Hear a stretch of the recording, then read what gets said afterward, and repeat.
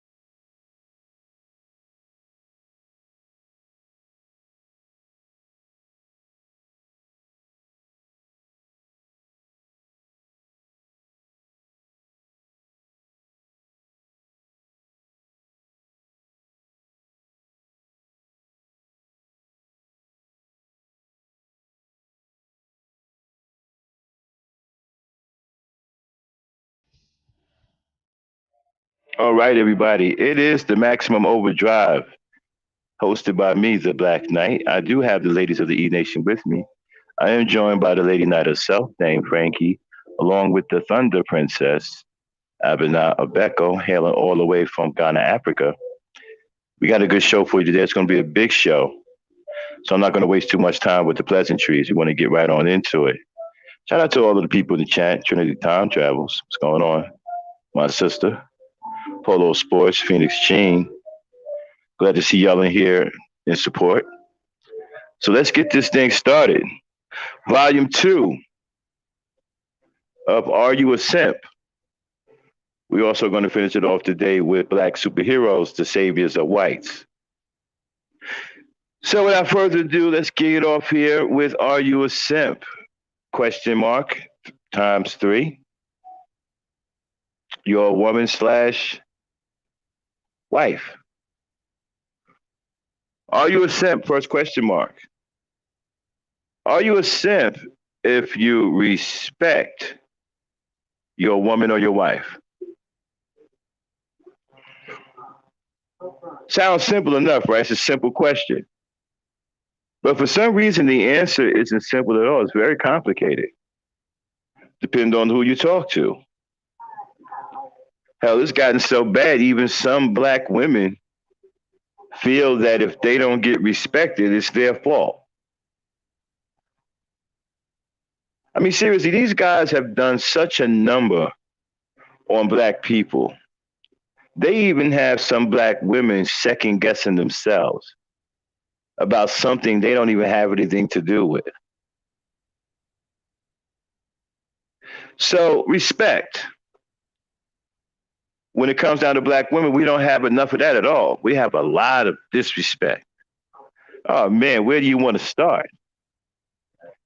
So all over the disrespect of black women is everywhere. It's all over social media.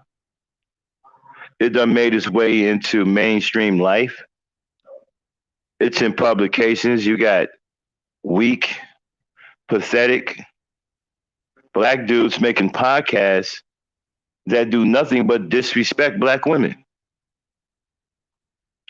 Before I go any further, let me get a sound check because I seem to be frozen. Well, I can hear you. Okay. All right. Type of Abby? one in the chat if everybody can hear me.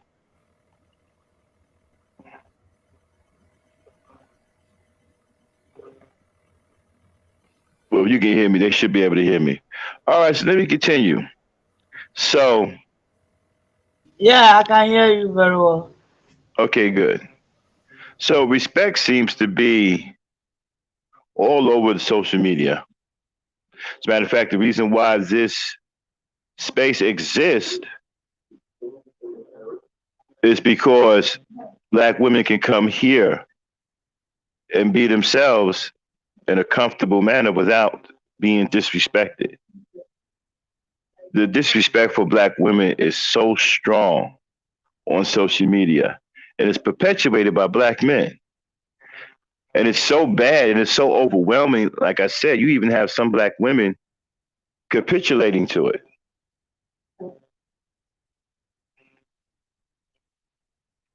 So the sentiment is if you respect your woman or your wife or any woman for that matter, even your daughter, I mean, these guys, it don't matter. You are a simp. You are weak. Now let's get into respect. How do you respect women? Do you respect women the same way you respect men? Nope. Women are different from men. So women do not need the same type of respect that men give to each other. Women are completely different than men. This is another thing that some of you dummies out there keep getting wrong. You keep thinking that women are just like us. You keep thinking that women think like us. This is the reason why so many of you in the manosphere don't have a woman, they can't keep a woman, and running around here with sex dolls, swirling with blow up dolls and all of that.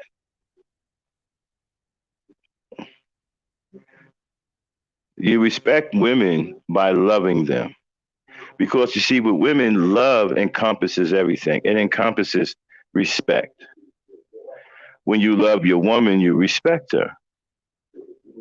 Now, what are some of the small things that you can do to show respect to your woman? Okay.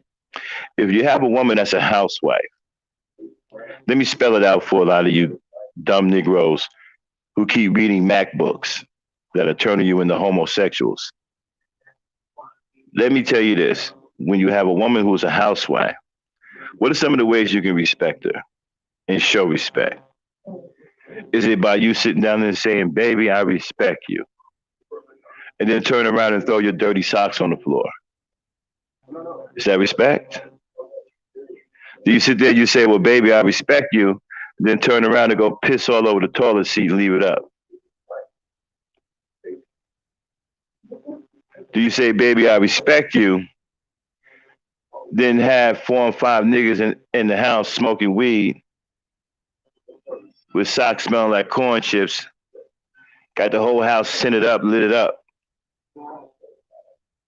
Do you say, baby, I respect you, and then you disrespect her in front of your friends?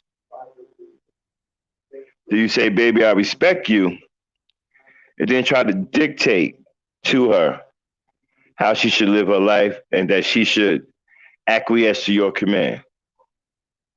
Are these things respect? Well, the manosphere will have you thinking that it's respect because, according to them, they want a woman to endure any kind of hardship from a man, any kind of bad behavior from a man, and that a woman should be privileged that a man is disrespecting her.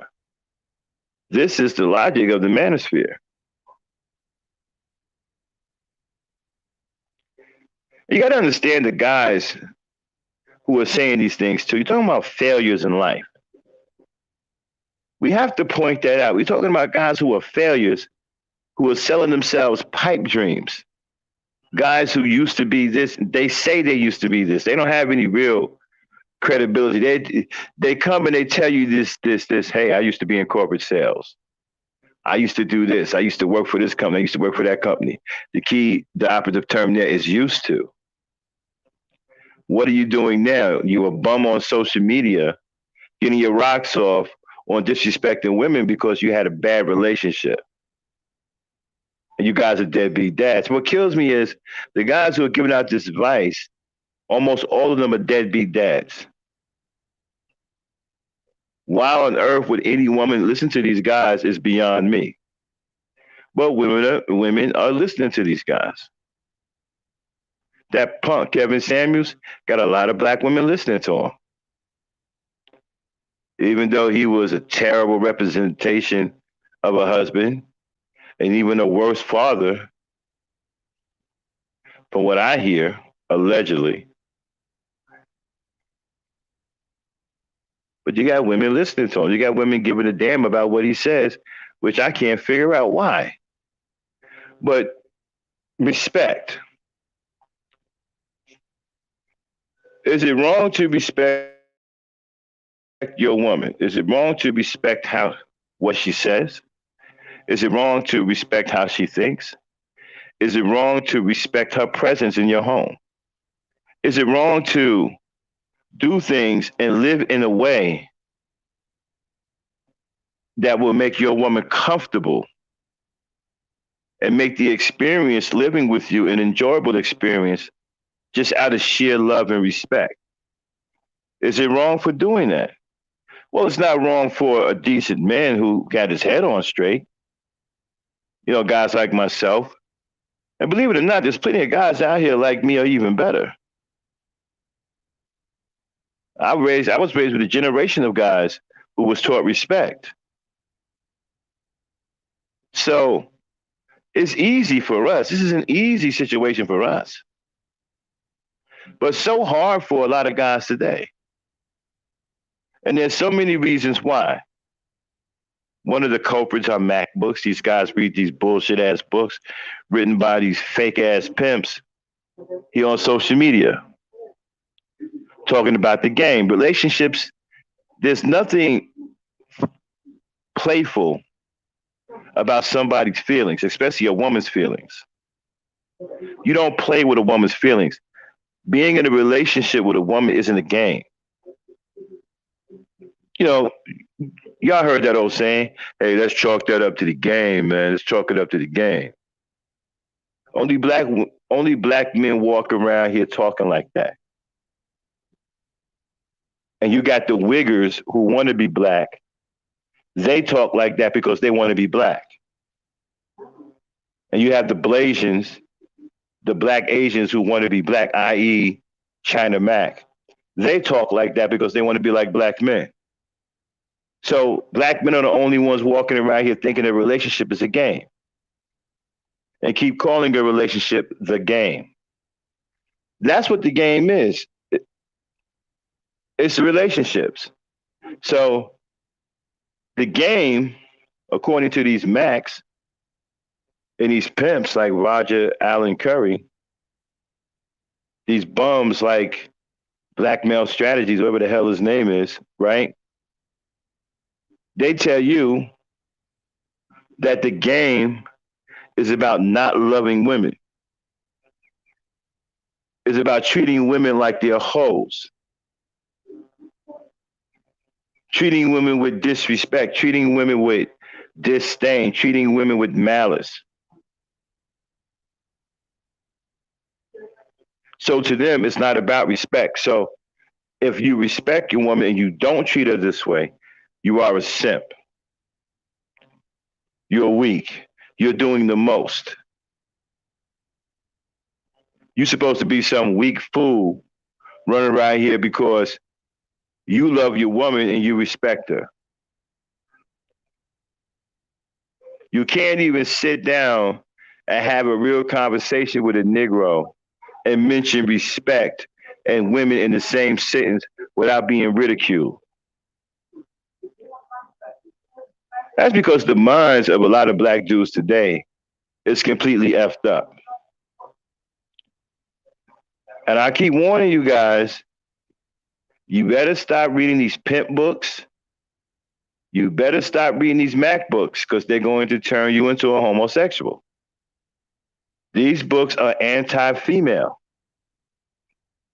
They teach you to hate women and love men.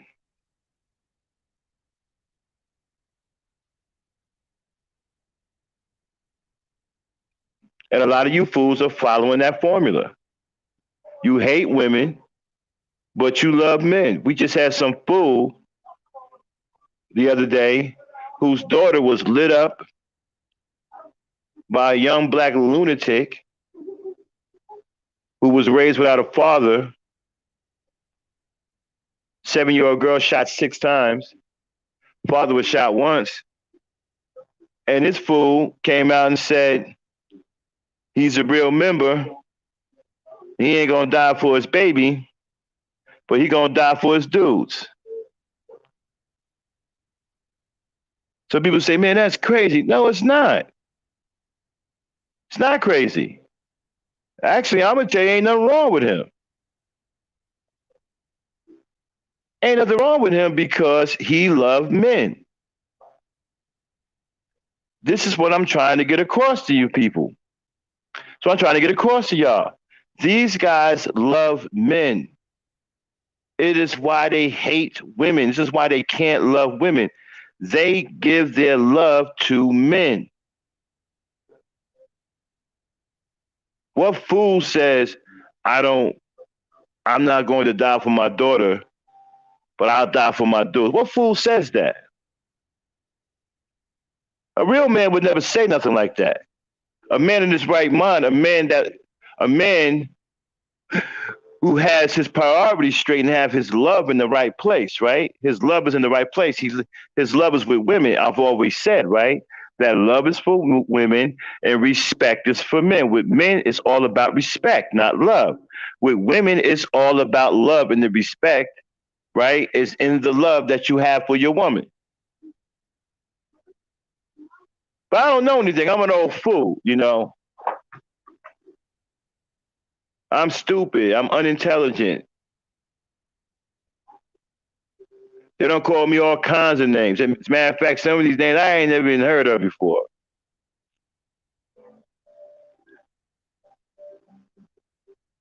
Some of them are actually funny though. That moon cricket thing, that was funny. But anyway, what I'm saying is these guys don't love women because they love men. So I'm not shocked at that fool the other day talking about some, well, he won't die for his daughter, but he'll die for his men's. I'm not shocked at that. In fact, ain't nothing wrong with him. He's in that man love culture. He's in that men love men culture.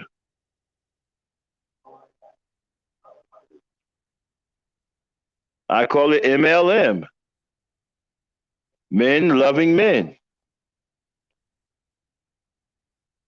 Was when you get a time, somebody throw a hashtag in the hashtag MLM.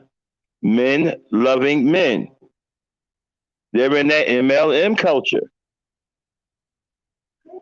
So I'm not shocked that he said that. So the respect. Are you a simp for respecting your women or respecting your woman, respecting your wife? The manosphere said, hell yes, you are a simp. You are weak. You are doing the most if you respect your woman. Men who sit up here and tell you that they'll die for their men but won't die for their daughters have a problem with you respecting women. You're talking about men who want to live a lifetime of just having sex with any kind of woman. They want to live their life like a dog because a dog runs around here with no responsibilities, no commitments, and have sex with whatever female dog he wants to have sex with. And that's the kind of culture that these guys want to create for men naturally, and that's the kind of lifestyle that they want to live. That's why they give you these impossible standards with these high value men.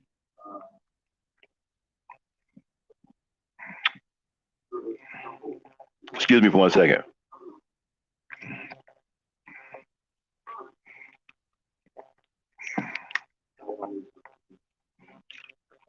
Sorry about that. I'm drinking some water. But that's why they give you these impossible standards, right? These high value men. Standards that you can't possibly meet because as a woman, you have to constantly compete. You know how tough it is? As a woman, you're getting older and you have to constantly compete with younger women. You think, what man is worth that? What man is worth that? There's no man worth you have to constantly keep competing with women half your age. Ain't no man worth that. Don't sell yourself short. You deserve a man that's going to love you, period, and wants to grow old with you. These things sound corny and cliche, but these things are very real in life. This is what makes long lasting relationships and marriages. This kind of mentality.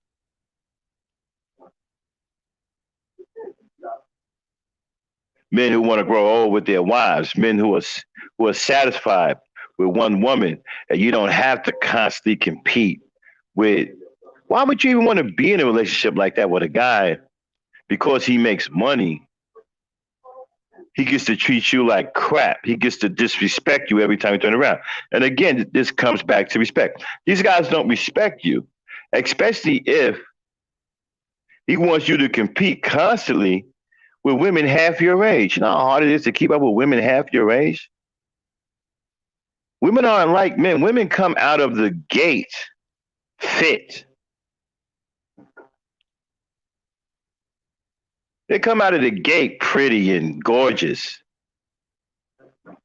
It's hard. Women are getting more and more gorgeous every day. Black women are getting more and more gorgeous every day. It's hard to keep up with that.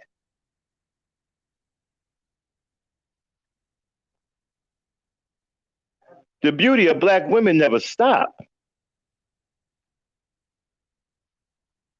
So they want to trap you into an impossible situation. You 35, 40, and you competing with 20-year-olds because the man that you with is a deviant and probably a borderline pedophile. Because you notice they only go after young girls because they can bully young girls. They can mentally and emotionally bully these young girls. You don't see them going after seasoned women, and if they do, they're just insulting them. It turns into a shouting match because those are the women that they are rebelling against. See, a real woman is going to set a nigga like that straight.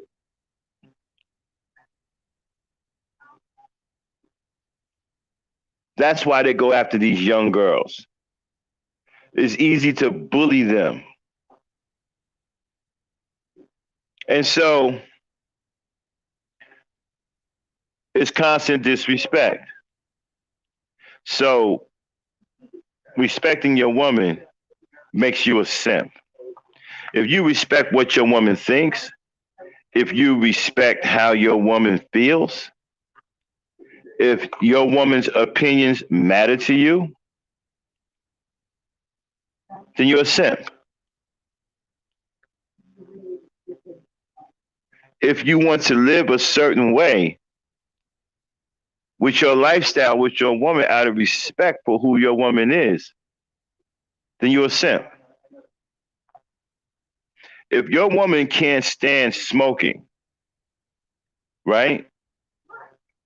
And you respect that by going outside the house and smoking, you're a simp. Because these guys don't have any compassion in their heart for their women. So they're like, let her take her ass outside. I'm smoking. This is my house. Well, actually, it's not your house because many of you guys are renting. You don't own any homes. Don't get me started on that. You guys don't even know what the hell a house is. An apartment isn't a house. It's temporary shelter. You don't own and control anything. But anyway, so if you don't leave the toilet seat up, if you don't piss all over the toilet seat, leave the toilet seat up out of respect for your woman because she has to live there too. Understand, women are very, very clean. Their noses are extremely sensitive. They don't do well with odors. They don't do well with nasty shit all over the house and funky corn chip socks and dirty drawers. They don't do well in environments like that.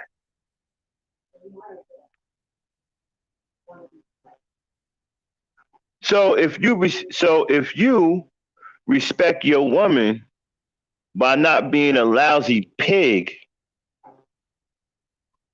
out of respect for her living with you, then you're a simp.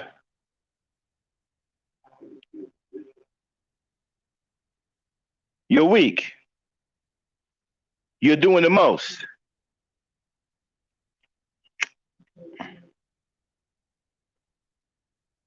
I was groomed to be a husband. Me and my brothers and many men in my generation were groomed to be husbands. The first woman that many of us, almost all of us, learned to respect was our mothers. Now, some of you are probably going to jump on me for this. And I welcome the onslaught from what I'm about to say. Because even though I'm 54 years old, I still think this way. Because I was taught this, right?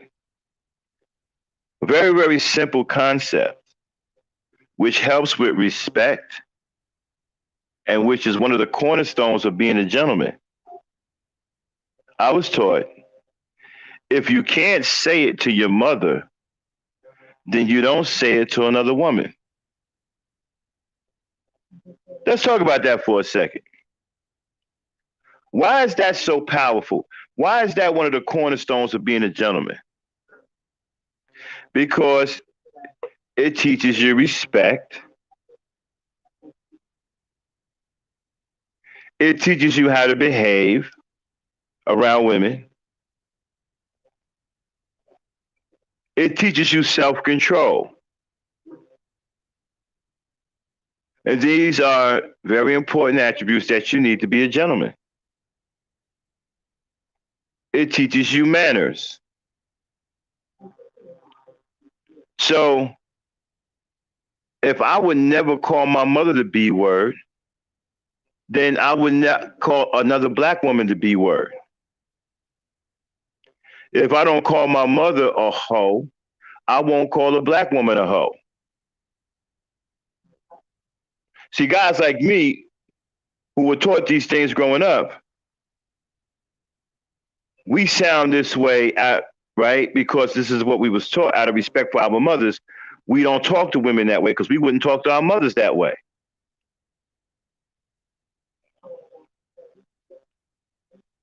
Now you got some dudes that are gonna say, "Oh man, that's some old BS."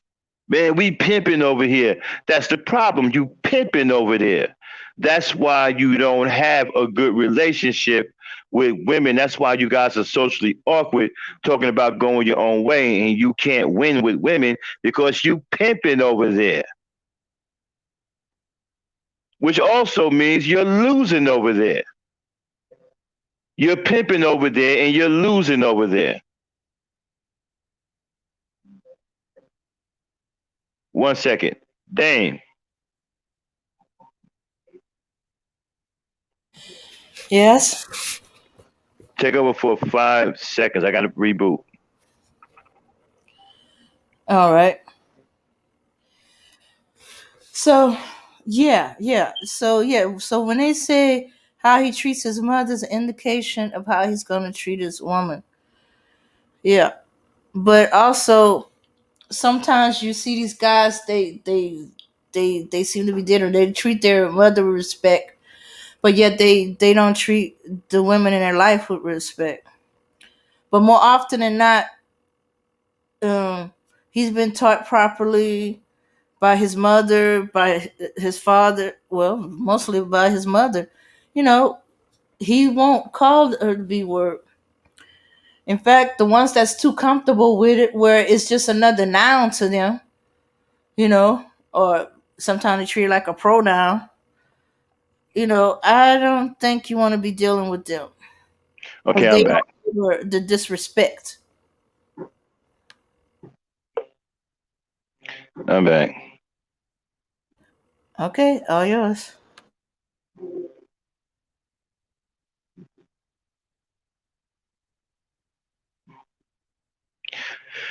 Well, Phoenix Jean, we all start off as female anyway. But there's probably some truth to what you're saying. But getting back to what I was saying, right? And so you guys are pimping over there, right? And so this is the reason why you don't have any respect.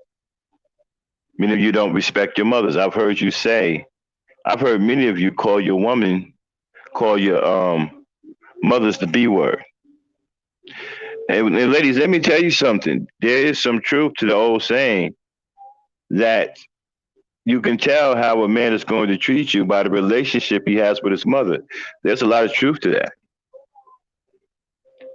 Because I have a very strong and healthy respect for my own mother. That translates into the respect that I have for black women. So there's a lot of truth to that.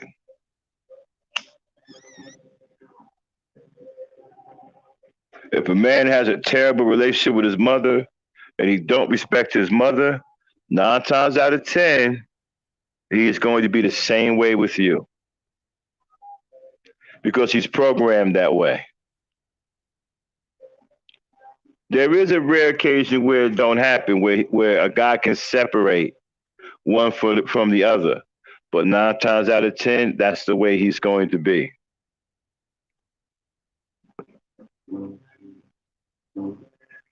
So if you are a simp, if you respect your woman, then you're a simp.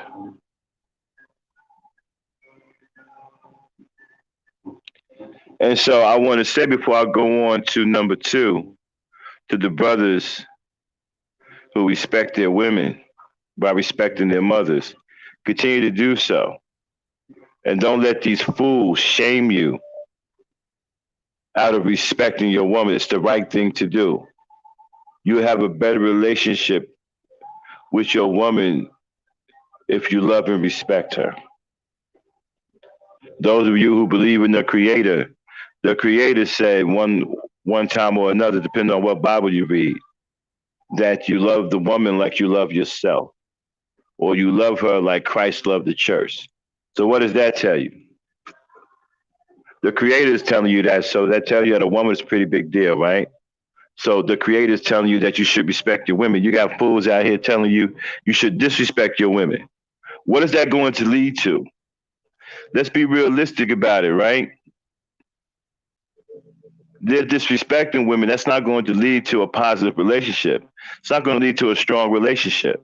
It's never going to lead to a strong relationship. It's always going to be a screwed up relationship. And it's going to be abusive. Because if he can disrespect you, then the next thing he can do to you is abuse you and get away with it because you've allowed him to disrespect you.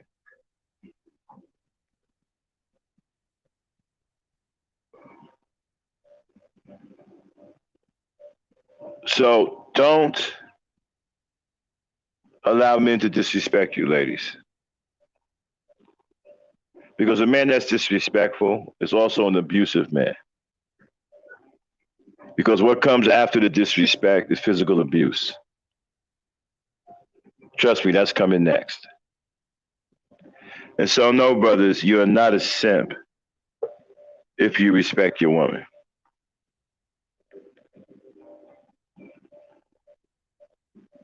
All right. Let's get on to number two. Question mark number two. Are you a simp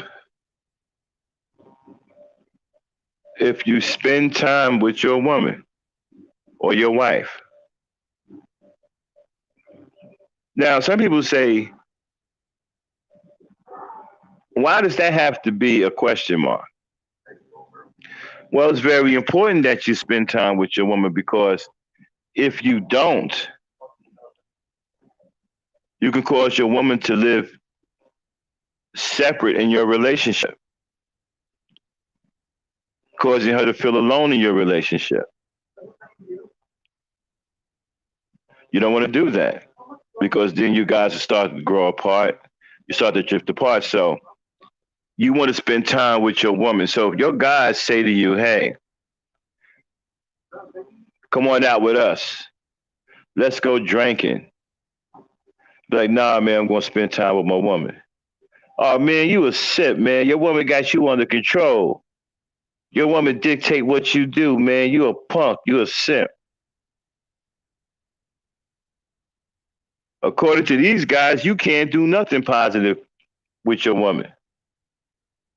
If you turn down their invitation to go out and drink and act like fucking hooligans because you want to spend time with your woman, you a simp. Now, if you are invested in a woman, meaning that if your feelings are invested in this woman, you love this woman, you care about this woman, then you care about what she thinks, and you care about what she feels, and you care about if she's alone or not.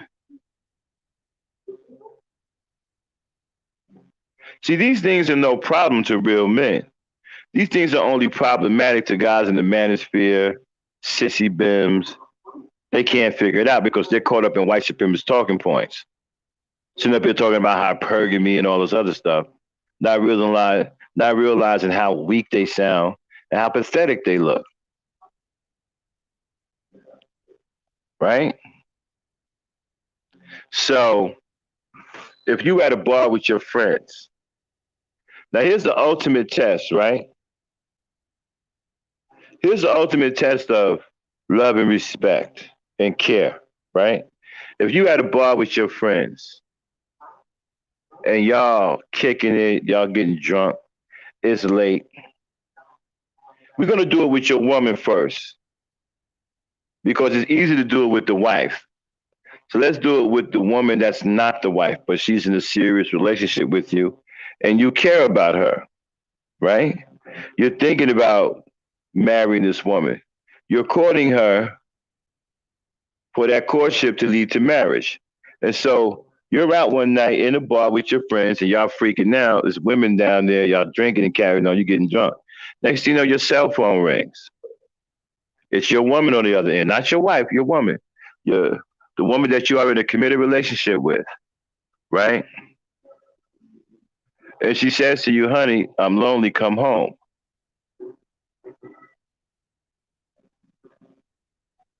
What do you do? Do you disrespect her by saying, I'll come home whenever I feel like coming home? Your woman just said that she's lonely, come home.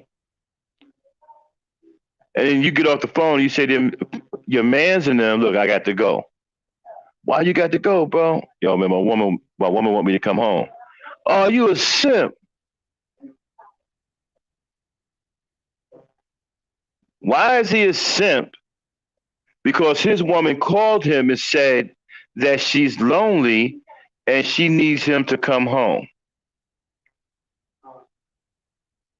Now, I want somebody to give me a good reason why, if you're in the bar late at night with your dogs, y'all drinking and carrying on, and your woman is home alone, and she calls you up and says, I'm lonely, I need you to come home. I need y'all to give me a reason why you shouldn't go. Somebody in here give me a reason why the man shouldn't go. Why he shouldn't go? Is it because he feels like she's trying to tell him what to do? Does he feel like she's trying to boss him around? Does he feel that she's trying to embarrass him in front of his boys? Let me explain something to you, knucklehead dudes. All that, you ain't gonna tell me what to do. You ain't gonna embarrass me in front of my boys. I do whatever I want to do. All of that is teenage thinking. An adult male does not think like that. That is the mentality of a boy, a rebellious boy who's rebelling against his mother. You ain't gonna tell me what to do. I'm out here with my boys. You disrespecting me. I come on when I feel like it. That sounds like a boy who has a curfew. That's what that is. You got a man like that, ladies, you need to let him go now. Because that ain't nothing but a boy. You don't have a mature male.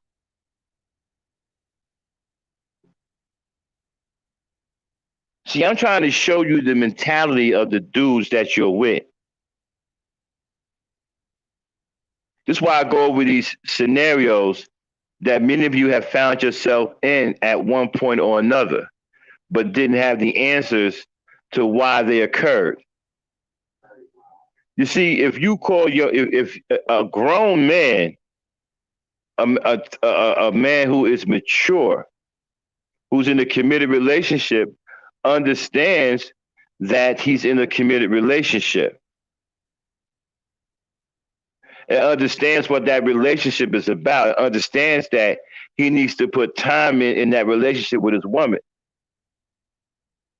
He understands all these things. You see, a boy is different. A boy is spoiled, you don't give a damn about none of that. What you calling me for? I'm down here with my boy. You see, this is a boy. This is the reaction of a teenage boy. Grown man, but the reaction is a teenage boy reaction. Man, don't call me. I'm down here with my boys and whatnot. I'll be home when I want to. Don't try to tell me what to do. That is the reaction of a teenage boy. First of all, a grown man is going home and don't give a damn about what his boys think. Matter of fact, he ain't even gonna say nothing. Hey man, I'm out. If his boy tell me, what you talking about, man? Man, he gone. I don't owe y'all no explanation. That's where a grown man thinks. A grown man doesn't give in to peer pressure. That's teenage shit. Boys give in to peer pressure. What the hell are you 45, 35, 40 years old giving into peer pressure for? And that's what that is.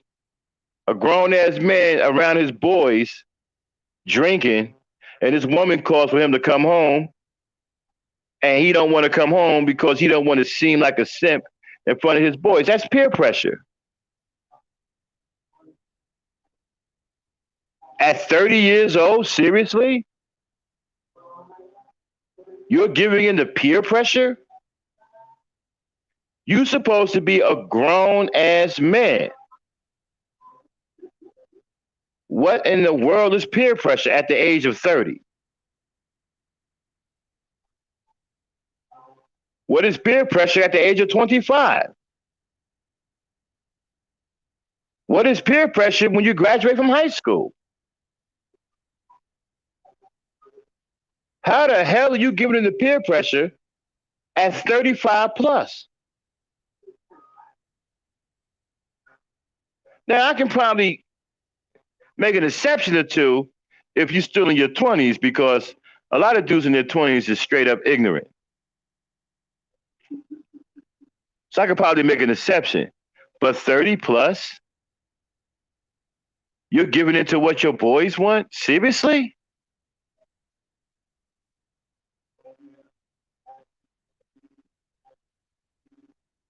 That fool who said that he wouldn't die for his daughter, but he would die for his men's and them, right? That's peer pressure. We don't look at it that way because he's supposed to be grown men, right? You would never think that a grown man would be dealing with peer pressure. But he cares more about what his peers think than what he should do as a grown ass man.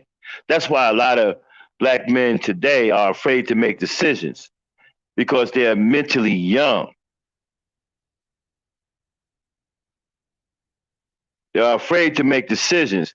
They're afraid to do what they're supposed to do as grown ass men. That's why they're always around each other, seeking validation from each other, trying to find out what they should do next.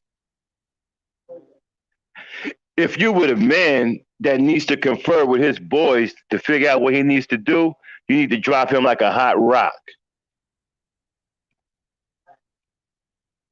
That's not a man that's fit to be your man, nor is he fit to be a father. You don't want no man that has to confer with his boys to make a decision. So you a grown ass man and you out with your boys, your woman call you, hey, I'm lonely, I need you to come home. You get your ass home.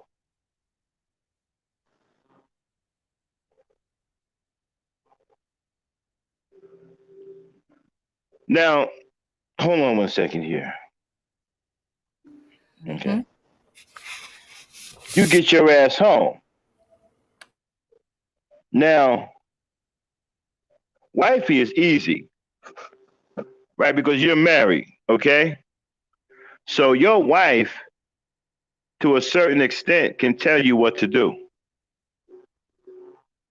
Now let's get into that. What are you talking about, Max? My wife can't tell me what to do. Oh, yes, she can. Why? Because she's your wife. She's committed to you. She very much can tell you what to do. She shares a life with you. She's your wife, especially if she has children. She very much, to a certain extent, can tell you what to do. And you also supposed to obey your wife. See, that obey stuff works two ways, but it's only told one way, right?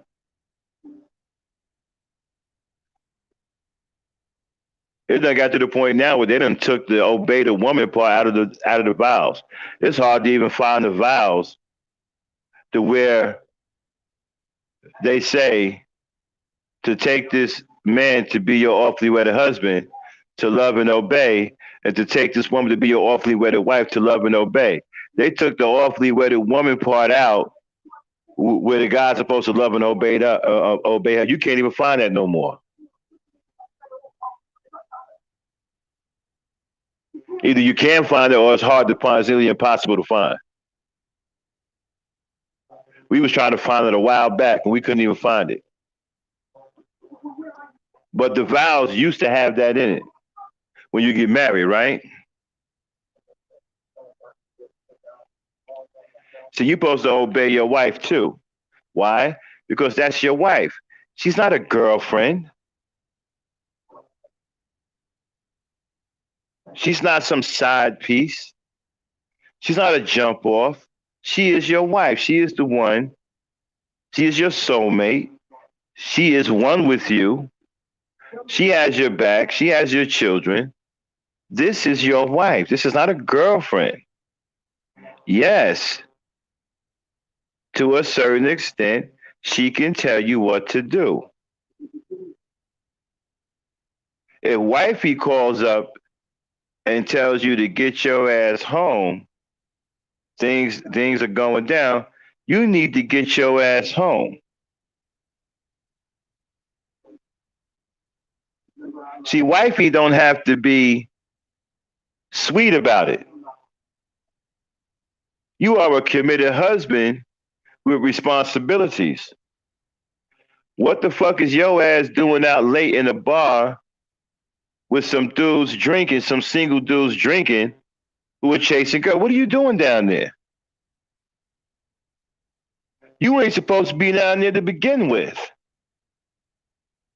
So when wifey finds out and she calls your ass up on the phone, hot to the motherfucker, she ain't got to be sweet about it. That is your wife. You are her husband. She ain't got to be sweet about it. You call you, what the hell are you doing? It's 1 o'clock in the morning. Get your ass home. Me and your children are in here by ourselves. What the hell are you doing? Out there drinking with them. No, get your ass home. Now you could be mad about the way she said it, but you better get your ass home.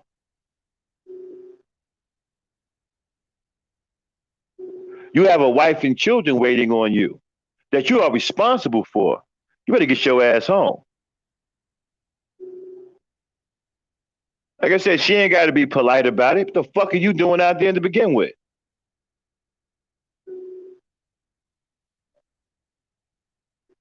See, guys get things confused. When women get hot about some things and they say some things and you act like you don't know why they're getting hot. You be like, well, why are you disrespecting me? Well, no, you're the one that's being disrespectful. You are a married man with a wife and children, and your punk behind is in the bar at 1 o'clock in the morning, drinking and carrying on with your single friends who are doing nothing but chasing girls. What are you doing there? Have you lost your mind? You are being disrespectful. That is not the place for a married man. So when your wife calls, when your wife gets wind of it and calls you up, she ain't got to be sweet about it. You lucky she don't curse your ass out.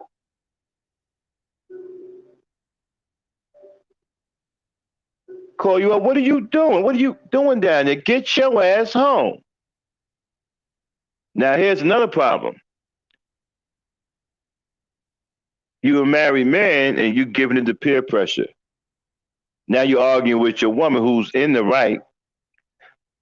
She can be cussing you out and she's still in the right. You're actually in the wrong. That's your problem. Y'all don't know that you're actually in the wrong. Why? Because you're being immature. You're giving in to peer pressure. You out with your dudes, your mans and thems. Your mans and thems don't even respect your marriage because if they did, they wouldn't have you out there with them.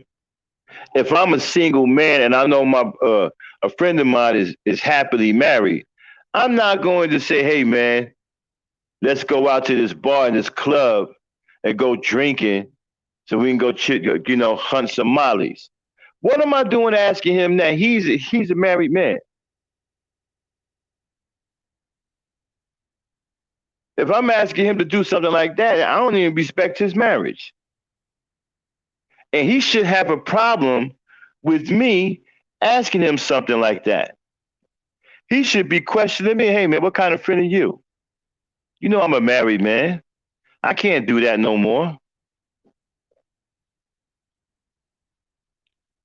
So when your punk behind go down there, you're already in the wrong.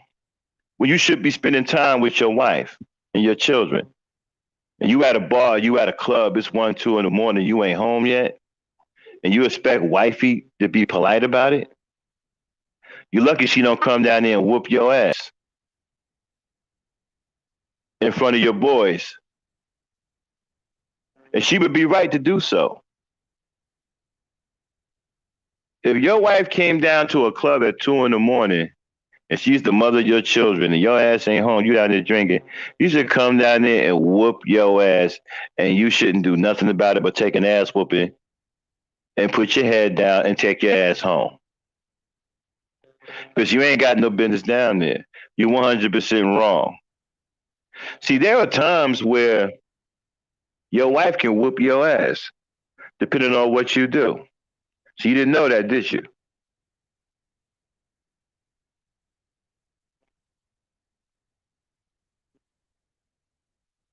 You got your punk ass down there at a bar or a club, getting ready to ruin your marriage, ruin the lives of your children, because you with your boys, you giving it the peer pressure, doing stupid stuff, getting drunk, letting women kiss on you. One thing leads to another, and you done had an affair. You need your ass kicked. She should come down there and slap you upside your head. Because you need your ass kicked. Because you willfully went down there and screwed your marriage up. Knowing you shouldn't have been down there. But you know what? You too weak-minded and too immature to be a man and make decisions the way a grown man's supposed to make. So you gave in to peer pressure. I'm going to be with my boys. I'm getting ready to screw my marriage up.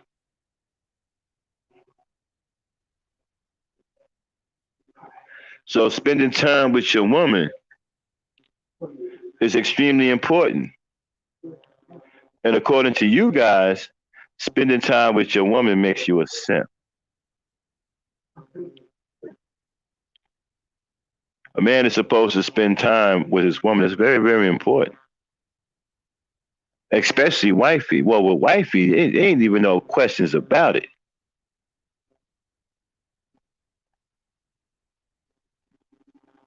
See, you can't get out of pocket with wifey. That's wifey. There ain't no such thing as getting out of pocket with wifey.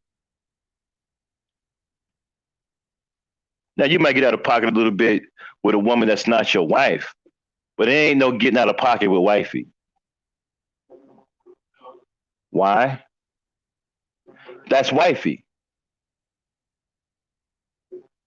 That's the one that's carrying your last name. There is no getting out of pocket with her.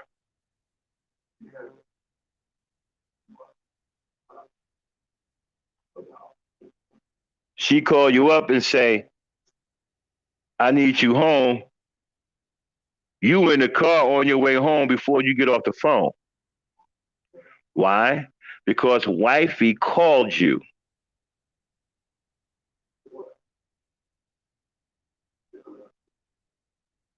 And when wifey calls, you go. That's it. That's the end of the discussion. There's nothing else to talk about. Wifey called, you go. There is no peer pressure. There is no, well, I'm hanging there with my book. Ain't none of that. I don't care what you're doing with your boys. Wifey calls, you get up and you go. Why? Because that's wifey. She carries your last name. She brought children into this world that is carrying on your last name, your bloodline, and your legacy. She's a big deal. She's not some side chick. She's not a jump off. She's not your little girlfriend. She is your wife and a mother. So if she calls, you go. You scram. You disappear. One minute your friends see you, the next minute they don't. Abracadabra, abracadabra, alakazam. Nigga got a call from wifey and he scrammed.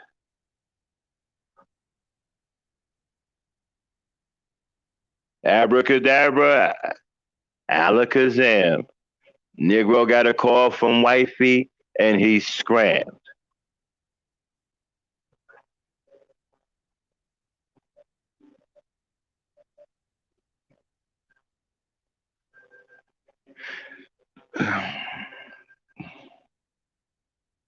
So if it makes you a simp, spending time with your wife and your woman, then you be the best damn simp on Front Street. Because you're doing what you're supposed to do as a man. You're doing what you're supposed to do as a husband. You're doing what you're supposed to do as a father. You're spending time with your wife, spending time with your woman, spending time with your children. That's what a man is supposed to do. That's what a responsible man does. A man of integrity, responsibility, and honor. That's what he does. So if that makes you a simp, then you be the biggest simp on Front Street. You go get you one of them big neon signs. I'm a simp. Get you some suit that glow in the dark with the word simp on it in gigantic letters. Walking around here glowing in the dark. Man, who was that? Oh man, that dude's a simp. He a simp? Yeah, man. He spend time with his wife. He take care of his kids. He spend time with his family. He a family man. Yeah, man. That nigga a simp.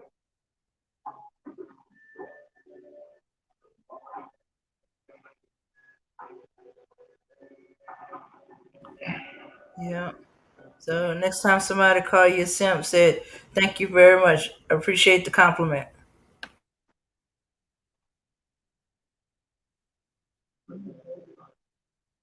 Exactly.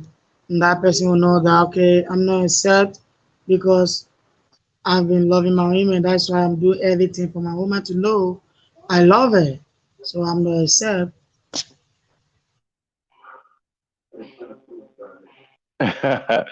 Right, Hassan. Make sure that suit is.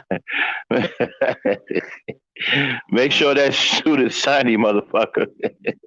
Excuse my French. Make sure it's shiny.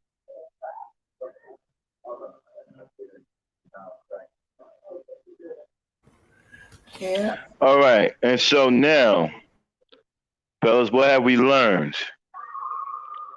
Do not be shamed for respecting your woman. Do not allow anyone to shame you out of respecting your woman.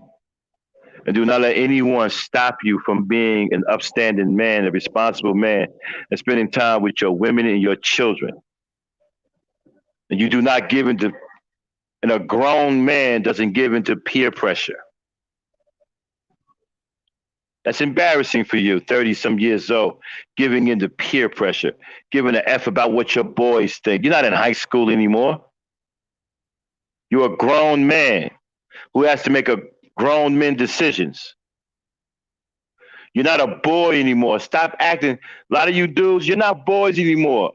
Stop acting like boys. Grow up.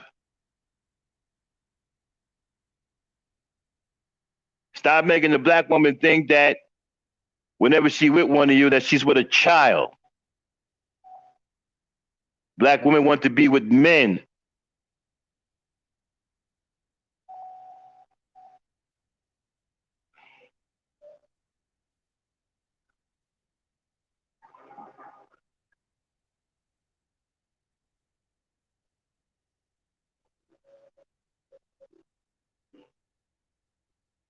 Okay. Give me 1 second. Dame, are you still there? Or you left? I'm still here. All right, give me 5 minutes, and then I'm gonna come with the third one. Okay, I'll be right back, y'all. I need 5 minutes. All right. Okay. Okay. All right, so yeah, so as I said, these guys are making things that's supposed to be between man and woman in a relationship, marriage, whatever. They trying to make it like it's that is a abnormal or extraordinary stuff that he's doing. Because they too lazy, they don't care, or they don't really love their woman like talking about. Otherwise, I bet you, the reason why their marriages fell apart is because of one or all of them things that Max is talking about from this volume and the last volume.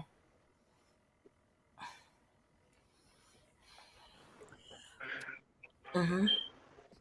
And I think part of the reason that grown men give in to pressure of other men is they love the men more than they love their woman.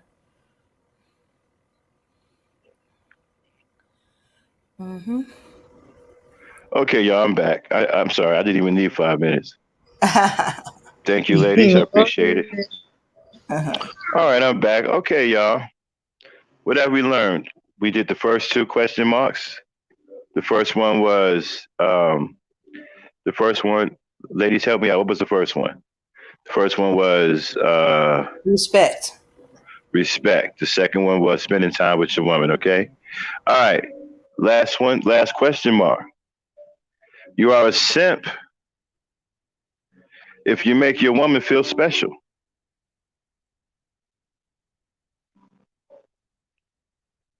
You are a simp if you make your woman feel special.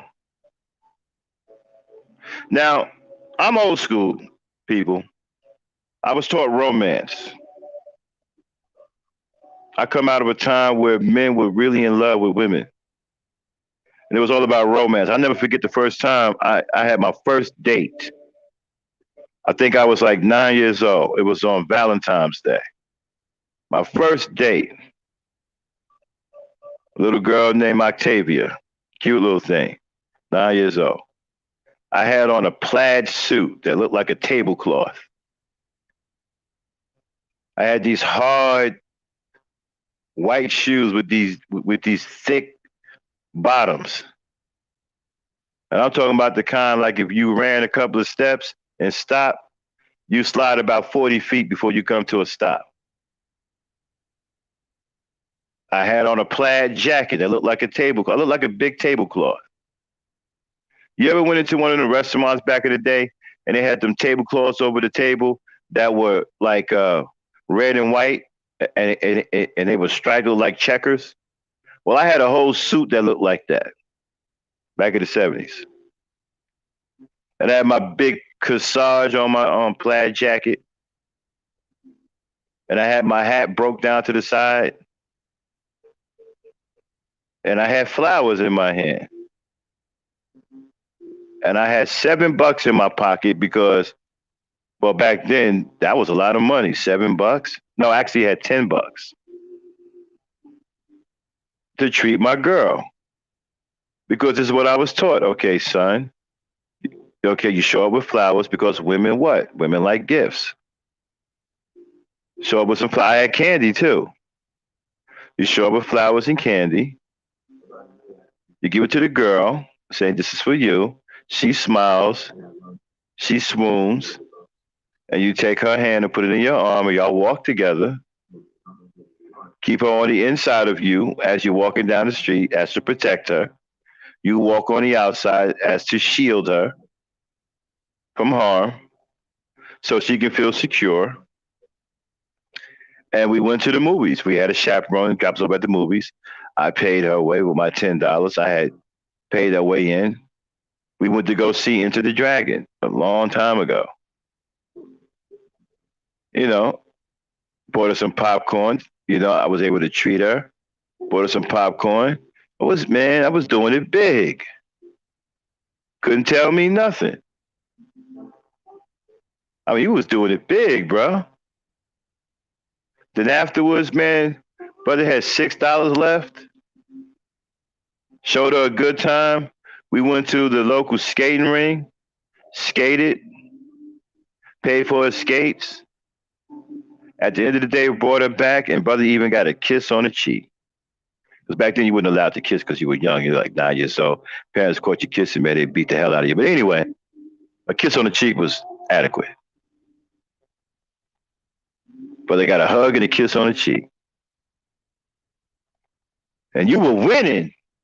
If you got a hug and a kiss on the cheek from a girl back then, man, you were winning.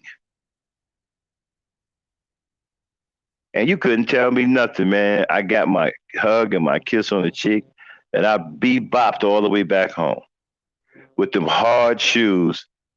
Still can't figure out how come I didn't slip and fall because the bottoms were very slick. Had these hard white shoes with these thick bottoms, with my tablecloth suit, my hat, and the flower on my jacket that done wilted. I'm on my way home with a big smile on my face. Came back to the crib, had my family there waiting, taking pictures, smiling at me. Because I did it big. I had my first date, it was successful, and the brother got a kiss on the cheek and a hug from the lady. Was winning because we were romantic, right? We bought the flowers. That was the first introduction to romance. Taking the girl out to the movies, taking her out to eat afterwards, showing her a good time. Now we didn't get into all of the over the top talk like, "Hey, baby, you know, you're the only one for me, and we're gonna grow. You're gonna be more." We didn't get into all of that. We were 9 years old. Okay, nobody knew nothing about that. But anyway, it was the first introduction to romance. It was the first introduction on how to treat a woman or lady on a date. These were very simplistic instructions. And as I got older, I got better at it and got better at it and became more and more romantic. But the foundation was set on that first date. And then when I learned about how women react to romance, how women want to be your one and only, they want to be that special woman in your life. And when you make them feel special, they return that with pure love. And I'm telling you something, women can light you up with a smile, bro. Serious. One smile,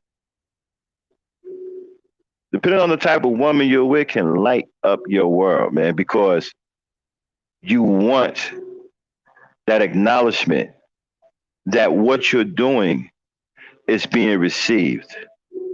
When you're putting in that work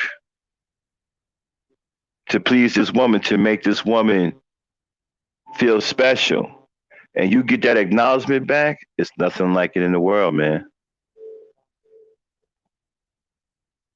Some women make you feel like you're the best person on earth.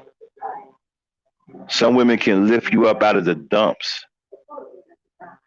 You're feeling kind of beat up. You don't got your ass kicked out here as a man, and you with a woman and you feel down. Y'all have a conversation. Next thing you know, you feel like Hercules. Women have the ability to do these kinds of things. They can just lift you up like that. And they have the ability to touch you in places where other people can't, right? They get inside your heart. They get into that understanding in your mind. And you feel like you can confide in them. So when you have such a person in your life, you definitely want to make sure you treat her like she's special because she is special to you.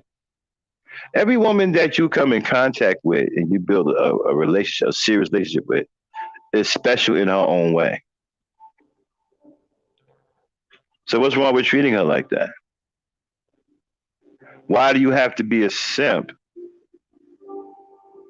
Because you want to make your woman feel special. If you're a hardworking man and you do the kind of rigorous work to where your body is hurting all the time, you're constantly stressed out, you're not getting enough hours on the job, you got some fool messing with you on the job, you're ready to knock this person out, but you don't want to lose your job because it's your only income. And you get to the crib and you got this woman here, you come in the house all mad and whatnot, and she gets into it with you, hey, what's going on? You hollering and screaming, man, this nigga, da, da, da, da, da, da. Next thing you know, later on that night, you calm and cool and collected. Because she done got through to you, right? She done made you feel like you're the best person on earth. She done made you feel justified and working hard. She done broke through to your psyche. And before you know it, you and her are sitting calm later on, hugged up.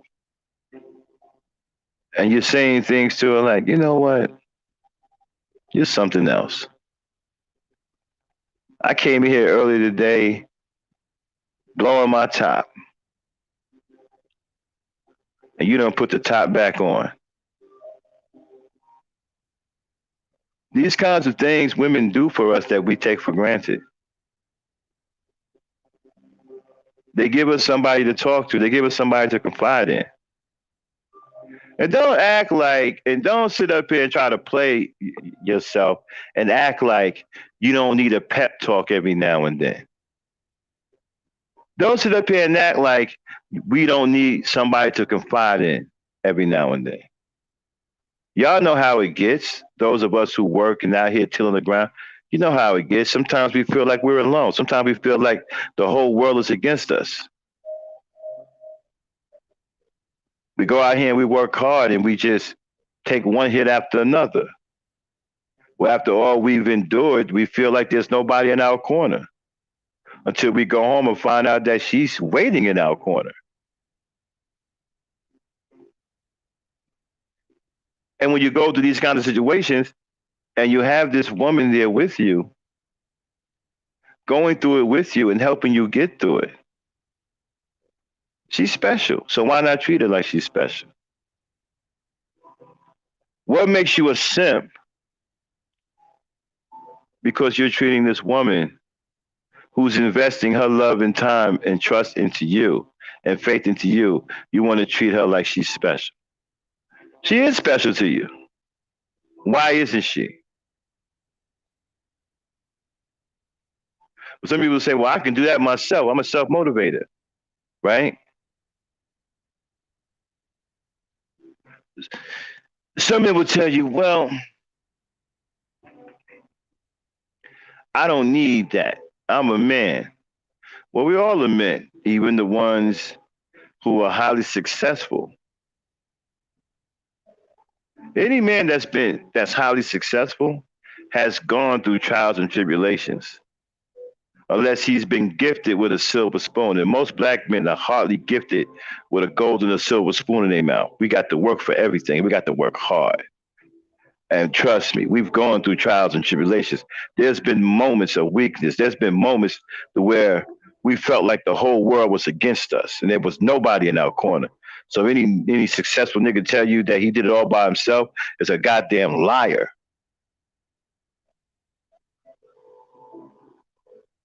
Any Negro that tell you all of these things that he went through and that sometimes he didn't need a woman to help him up, to help him get through stuff mentally and emotionally is a goddamn liar.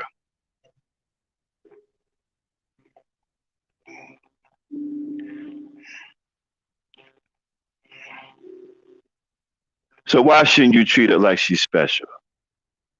She does special things for you.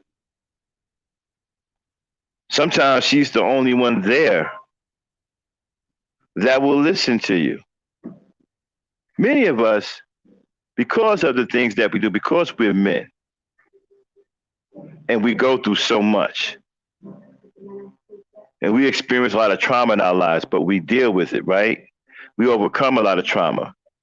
But eventually things do take their toll on us. And we need that one person in our corner sometime. She's there. Why shouldn't you make her feel special? What's wrong with treating your woman like she's the best woman on earth? What's wrong with that? What's wrong with making her feel that she is the only woman in your life? What's wrong with that? What's wrong with making her feel that way?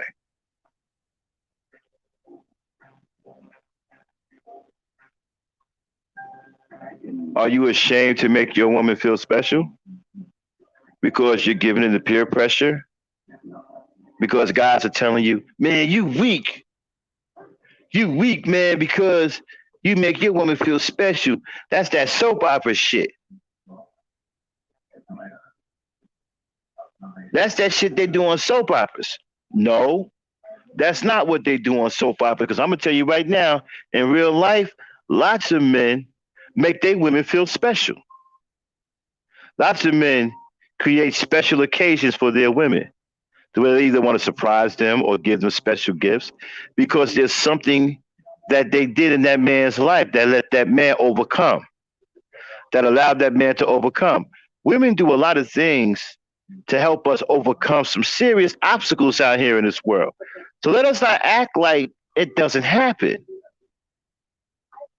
Let's not play ourselves and act like women don't play a significant part in our lives and help us overcome huge obstacles. Let's not play ourselves. You real niggas out there know what I'm talking about. You real niggas out there know that you've gone up against it. And your woman was there to help you get past it after it kicked your ass.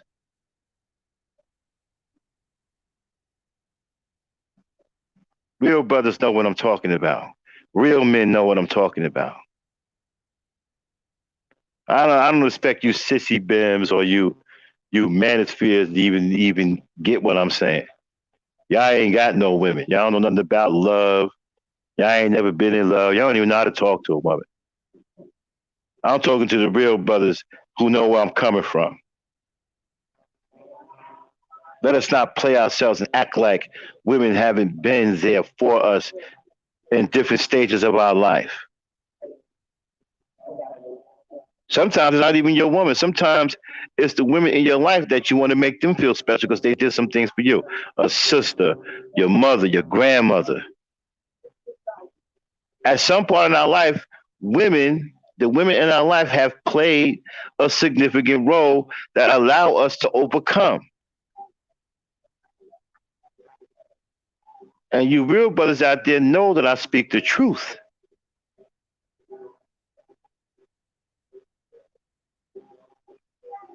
So why not treat her like she's special? What's wrong with that? Some men look at it this way.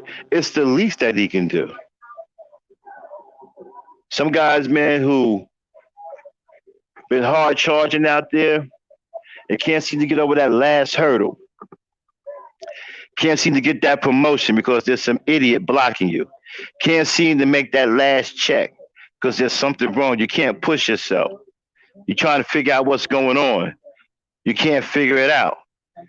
You start stressing, man, why can't I make that last step? I'm right there. I'm right there. And you come home and you talk to this little woman in your corner. She asks you what's wrong. You on some, man, I don't know what's going on, baby.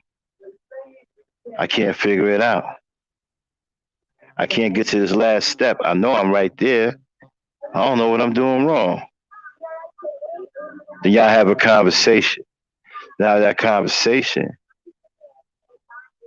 she opens up a door that you walk right through. And then there's your answer to how to get over that hurdle. Then you go out there and you get over that hurdle, and now you're excited.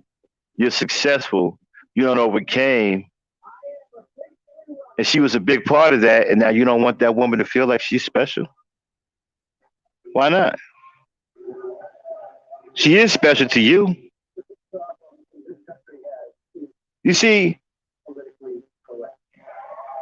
there's a time in our lives where we're on our own, to where we can no longer get advice from our fathers, where we can no longer get advice from our mothers. And the only one there is that woman that's in your corner. She is all you got. And you done hit a wall. You done came up to a problem you can't seem to figure out. And it never dawns on you that maybe you need help figuring it out. And you don't figure that out until after you've had a conversation with her. And now you realize you needed a little help to figure out that problem. And she got you past that problem. So why not make her feel like she's special? Why not do special things for her? What's wrong with that? Why not go the extra mile? Why not cook dinner for her? Why not take her out? Why not buy her something? Why not go the extra mile to make her feel special? Why not? Why does that make you a simp? Why?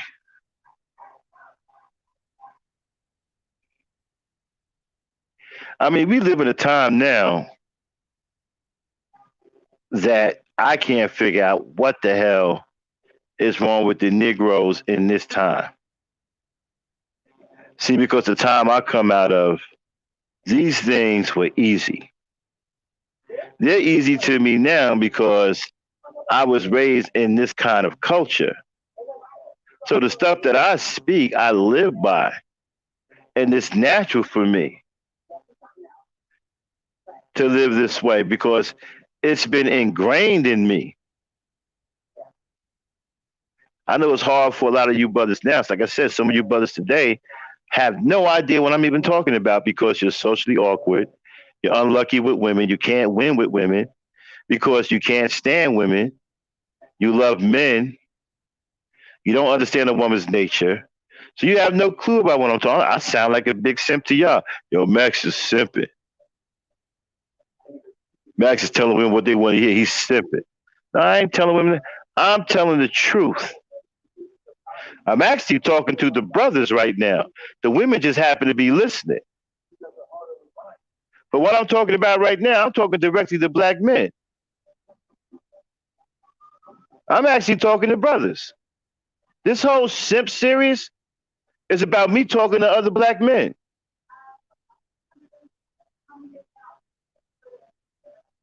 I'm talking about the Are You a Simp series? It's about me talking to black men. What you hear me saying right now, I'm addressing to black men. The women just happen to be in here. They're flies on the wall. While I'm having a conversation with you brothers. What I'm talking about is for you, because many of you have a problem being the men you're supposed to be. Because you're either giving into peer pressure or you're immature and don't realize that you're immature. And you need to get out of that peer pressure nonsense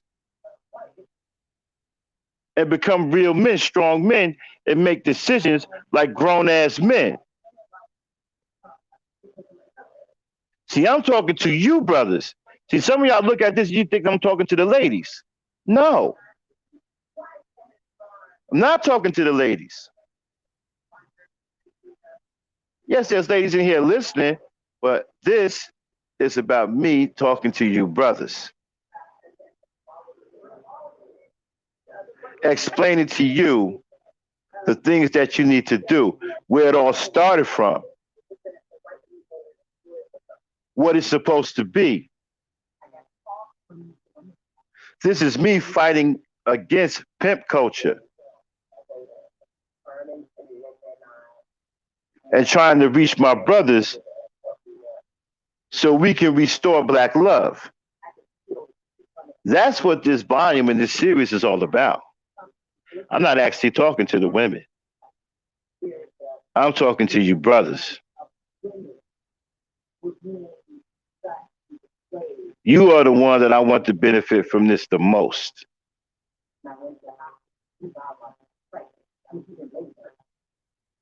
want you to understand what it is and what you're supposed to be. And don't allow yourself to be shamed by fools who are nothing but losers. Make your woman feel special and be proud about it. Be proud about respecting your woman and be loud about it. Be loud and proud about respecting your woman. Be loud and proud about treating your woman special. Be loud and proud about doing the things you're supposed to do as a man by spending time with your women and children and taking care of your responsibilities. Be loud and proud about that. And put your love in the correct place. Don't engage in that MLM culture, men loving men culture. Don't engage in that.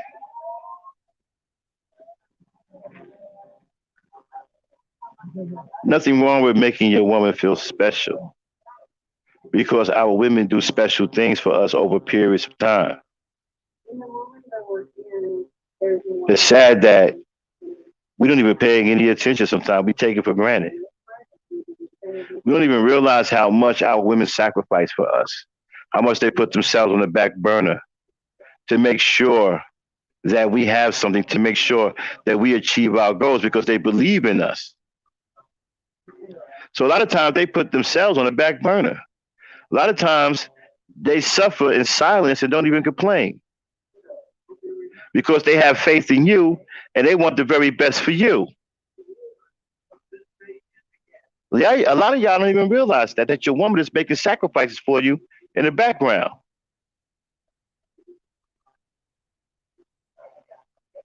A lot of y'all don't get it.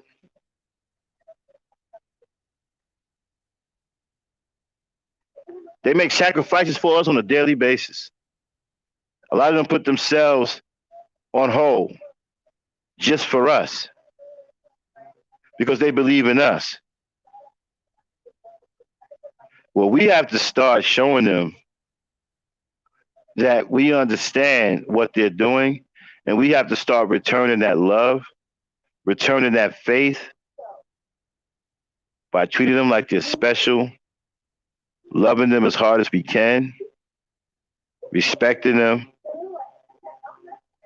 we spending time with them, taking care of our responsibilities, entertaining them, and doing all the things that we need to do as a fit husband and a fit father. That is how we repay their sacrifices with love and devotion. That's what it's called, brothers. Love and devotion.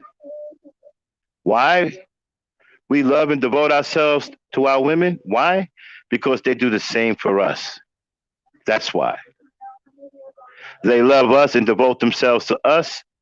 We return the favor by loving and devoting ourselves to them.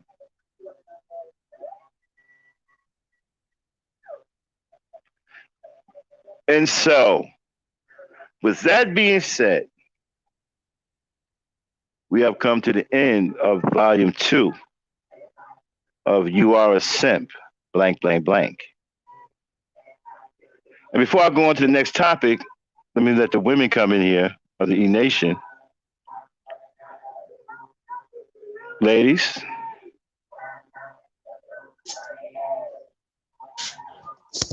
Mm-hmm. Yeah. Go ahead, Abner. We hear you. so ladies, tell me what you think. Tell me about what you heard, what you agree with, what you don't agree with. Lay it on us. Okay. For the whole being said, I don't think if you are with a woman and you love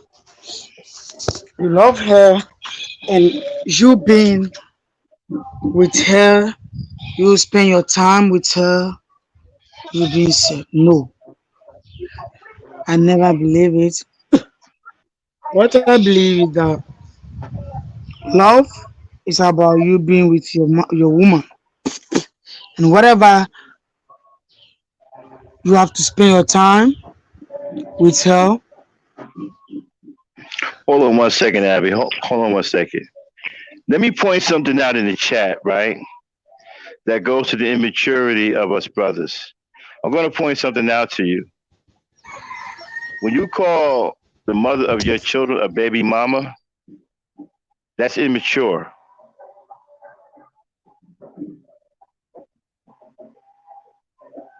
I just want to point that out to y'all. A lot of y'all do that and you don't think anything of it, but that's immature. That's childlike. They call the mother of your children a baby mama. That's immature ghetto rhetoric. That's not the way you properly address the mother of your children. You don't call her a baby mama. You address her as the mother of your children. Baby mama is some immature ghetto street nonsense.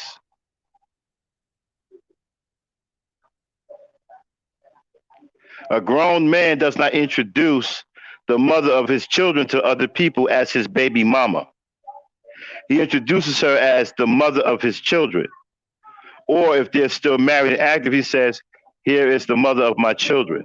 Or here is their mother, my lovely wife. He don't say, here's my baby's mama's.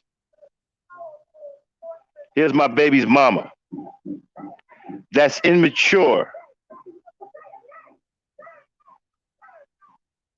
That's immature ghetto street nonsense. And that's what keeps y'all in an immature mentality. And that's why you don't do anything. Boys don't walk. Let me tell you something about the mind of a boy. The mind of a boy isn't the mind that builds anything. The mind of a boy isn't the mind that builds infrastructure.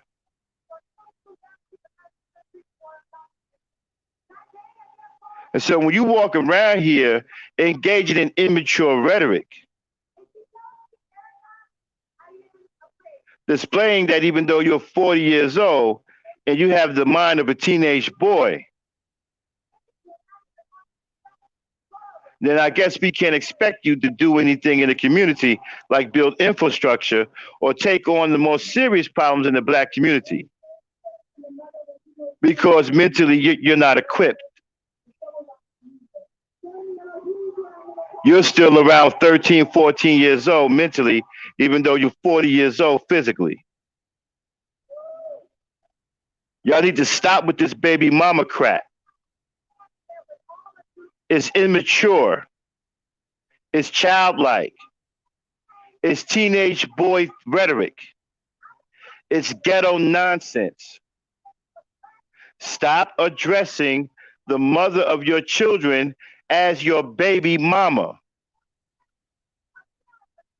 You sound like a child to other races of men.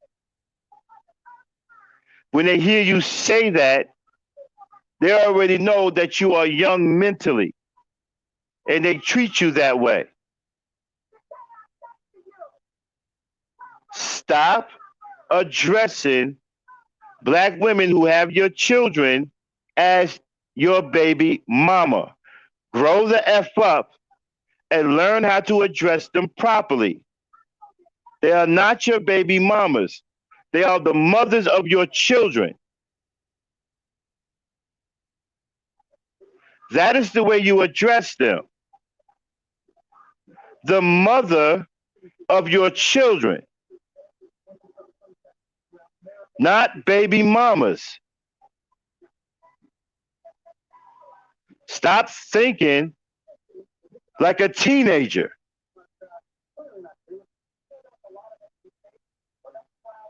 Go ahead, Abby. Exactly. What you are saying is true, is very, very true. And those are the things that we need to tell our brothers. Don't be thinking that when exactly Mr. Maz is saying that, then that means she doesn't have love for brothers. He do care for brothers. And he think of them and he love them. Just that the truth is that we need to love our women. Hmm. Hold on one second. Let me say He something else, care for Abby. his women. Hold on. Look. I'm gonna tell you like this here, right, ladies? Y'all got to start practicing tough love again, and y'all got to raise y'all standards. Because back in the day when I was growing up, you couldn't just say any old thing to a black woman. She wouldn't just accept any old thing you said to her. She had standards instilled in her by her fathers. There was a certain way you had to talk to a black woman to get her attention back in the day. I need to go back to that. They got dudes running around here talking about some baby mama crap, stuff like that. That's an immature dude. You shouldn't give a guy like that the time of day. You tell that dude to come back when he learns how to address you properly like a grown ass man, like a grown ass mature man. Stop accepting these dudes with these weak, childlike mentalities. Addressing you as a baby mama is not only childish, it's disrespectful. Stop letting them get away with that. Stop enabling them. If they can't address you properly like a grown ass adult male, then don't give them the time of day. Don't enable them. Make them address you properly. Go ahead, Dan. I'm sorry. Go ahead, Abby. I'm so tired of this immature shit. You guys don't even realize how immature you are. Walking around here 35, 40 years old, and you sound like boys, baby boys.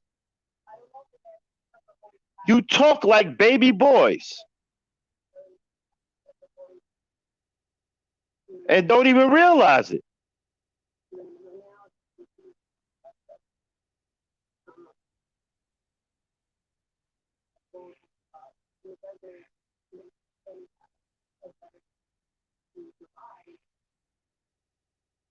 You know what you sound like when you go into a group of adult people who are mature and you talk like, you know what you sound like to them? You sound like a baby. You sound like a baby boy. And they don't take you seriously.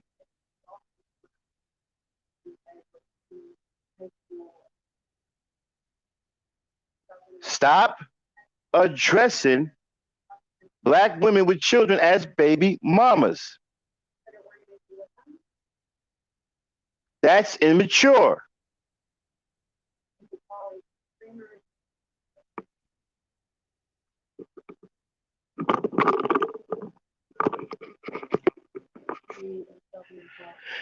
Okay. All right. Sorry about that, Abby. Just had to throw that out there. Um,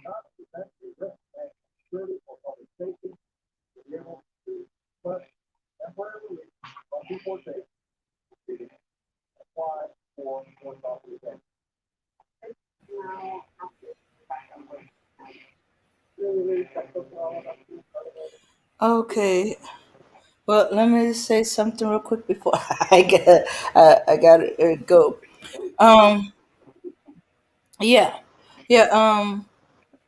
Even though Max intended this to combat pimp culture and show young men how men are supposed to be treating women, women can also take this as this is how you're supposed to be treated. This is what the man's supposed to be treating you like, and if he ain't, then you need to move along because um, he doesn't have the maturity, uh, or he just don't care, or he don't love you like you think he does. Yeah, yeah. So because it's that term has been so ingrained that even women are referring to women who have children as baby mama, or we're referring to ourselves as baby mama. But then again, we're also taking it to the next level. That's my baby daddy. So there's been an erosion of respect.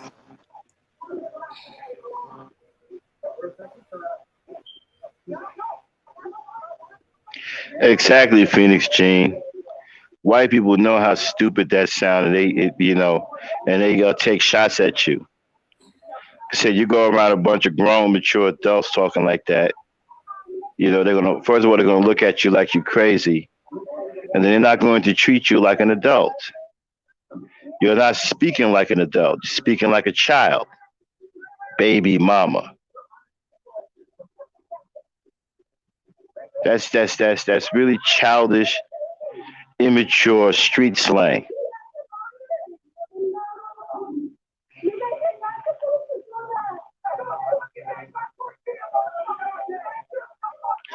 So, okay, Dame, what time are you coming back? You gonna be gone for a while? I'm hoping that if everything runs smoothly, I'll be back in 15 minutes. But Yeah. I don't know how long the line is going to be, or who else is in front of her. All right, no problem. I'm getting ready to go into my second phase anyway. I'll probably still be talking by the time you get back anyway. All right then. All right, everybody, let me move on into the second part of the show where we're going to be talking about black superheroes. First of all, before I get to that, let me bring in Albina. Albina, Hey, Mas. so do you think I'm here. that if, do you think that a man is a simp because he wants to treat his woman like she's special? No, I never believed it. No, I don't Well, he believe it's said a it sin. right. These guys It's say if not. you treat your woman like she's special, then you're a simp. You're weak. No, The you are man is weak. not. Mm-hmm. You are not. When you treat Why your do? woman Uh huh. specially, that means you really care and you really love your woman. Right. That is why you treat her specially.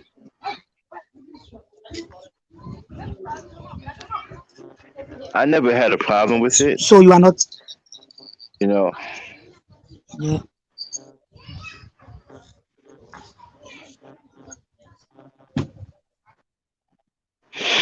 I never had a problem Yeah, with it. because You know. what I've been, Uh, yeah, what I've been learning for people that have married for a long time is that they get time for their wives and they mm-hmm. been with them in the terms of when their wife is needing them. The moment the wife would pick a phone and say, "Oh baby, I need you here," or "Dear, I need you here," the man will be there because of the love Mm-hmm. and the time that the man have been spending with her. Mm-hmm. That's why Mm-hmm. most of the long marriage, which is staying for long, are those people who obey this special time and Mm-hmm. spending your whole life with your woman. Mm-hmm. Yeah. Well, all right. I'm going to get into the second half of the show, and we're going to come back and we're going to talk and we're going to recap. All right. So let me get on into the second part of the show. Okay, Abby, go on mute. All right, y'all. So now we're going to talk about black superheroes who are white saviors. Now this is a topic that's been bothering me for quite some time. I've watched over a period of years where we had one movie after another, to where the black person is basically the superhero in the movie, but he only saves white people. They don't save anybody black. Like his or her powers are never used on black people. So the first movie I'm going to start with is a movie called 7 Pounds. And y'all ever see the movie 7 Pounds? Type of one in the chat if you ever seen the movie 7 Pounds with Will Smith.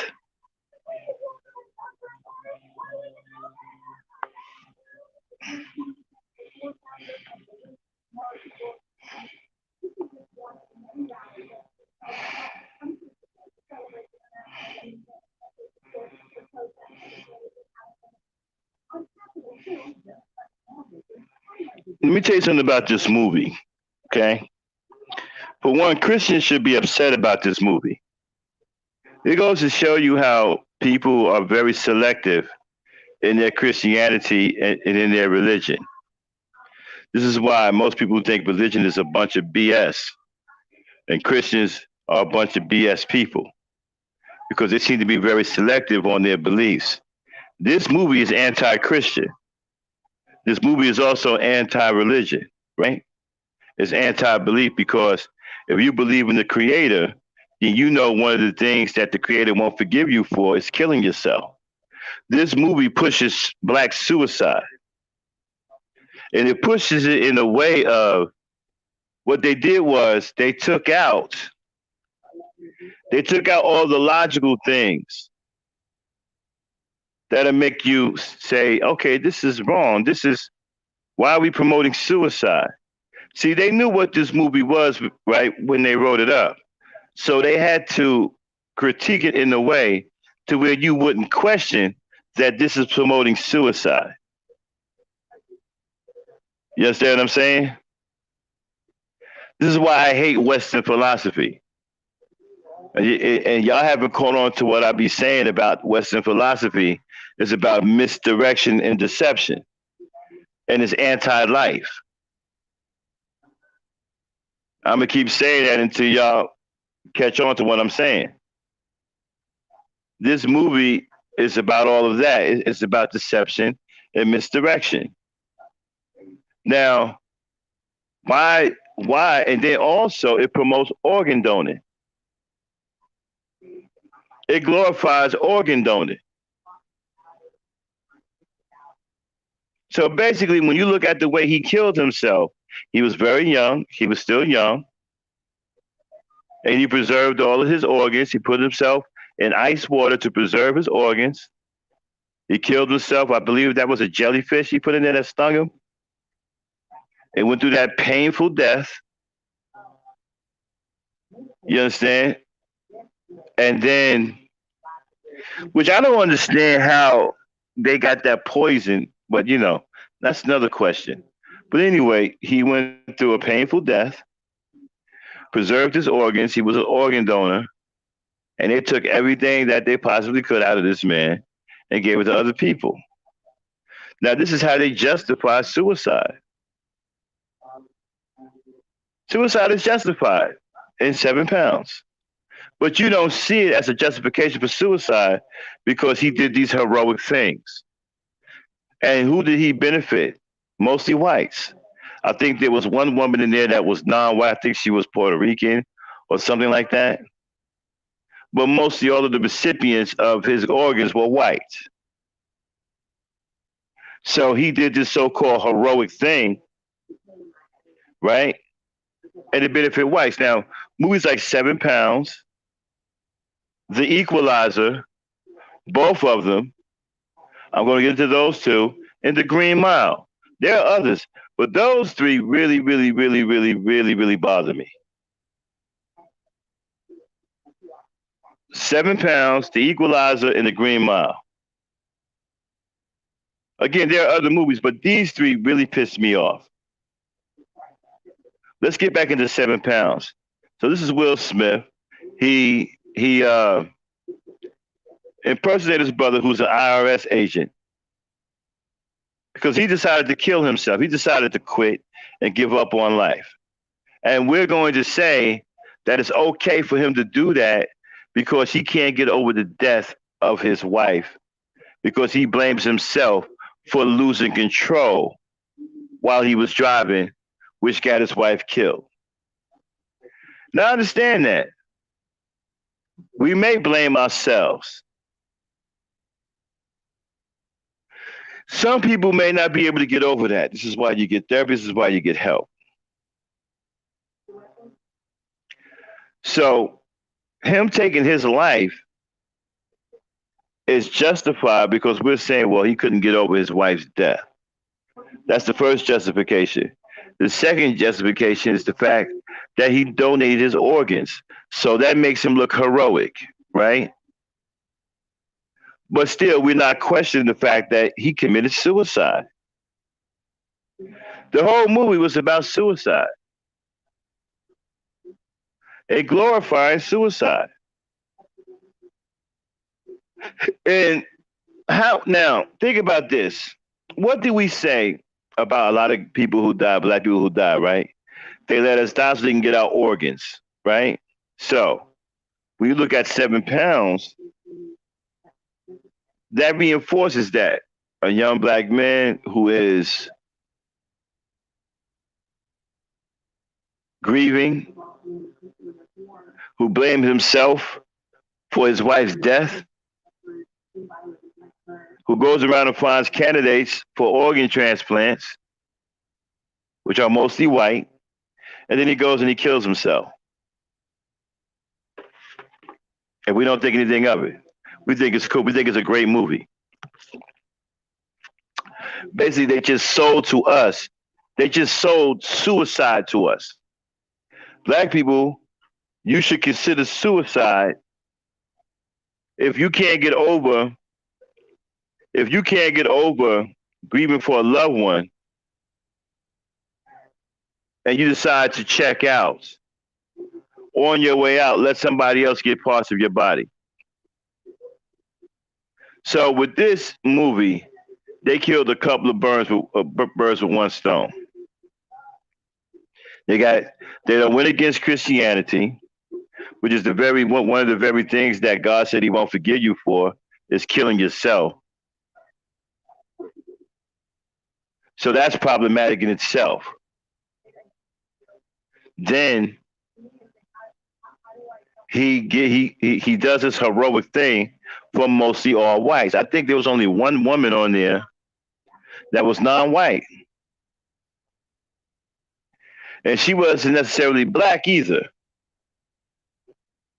People say, well, they probably couldn't find any black donors. Well, that's the way they wrote the story, with no black people in it. So people say, well, would you have felt better if it had put some black people in it? Yeah, probably. But I still would have been like, well, it's a movie about, it's pro suicide.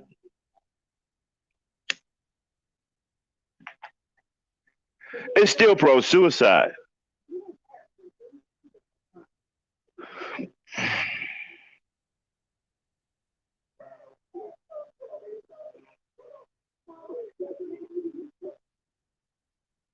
Yeah, I know.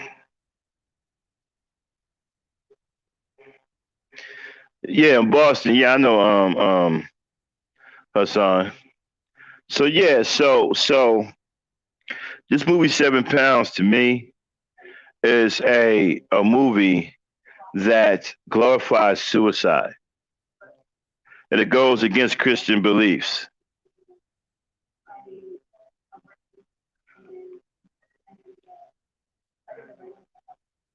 The next movie I got a problem with is The Equalizer. Now, people say, well, what do you got a problem with? I got a problem with both Equalizers. The second one, they tried to clean it up a little bit because the first one was atrocious. Even though it was a good movie, it was a good movie, and Denzel did his thing. But let me tell you what I got a problem with. Again, black people with superpowers, super abilities, above average abilities, benefiting whites. When you look at the first Equalizer, what was that really all about? It was about him taking down a Russian oligarch, a powerful Russian oligarch,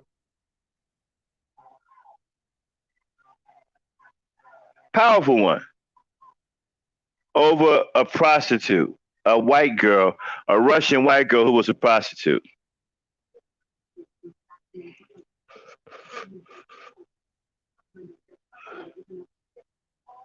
That's what that was about. And then he was surrounded by white folks.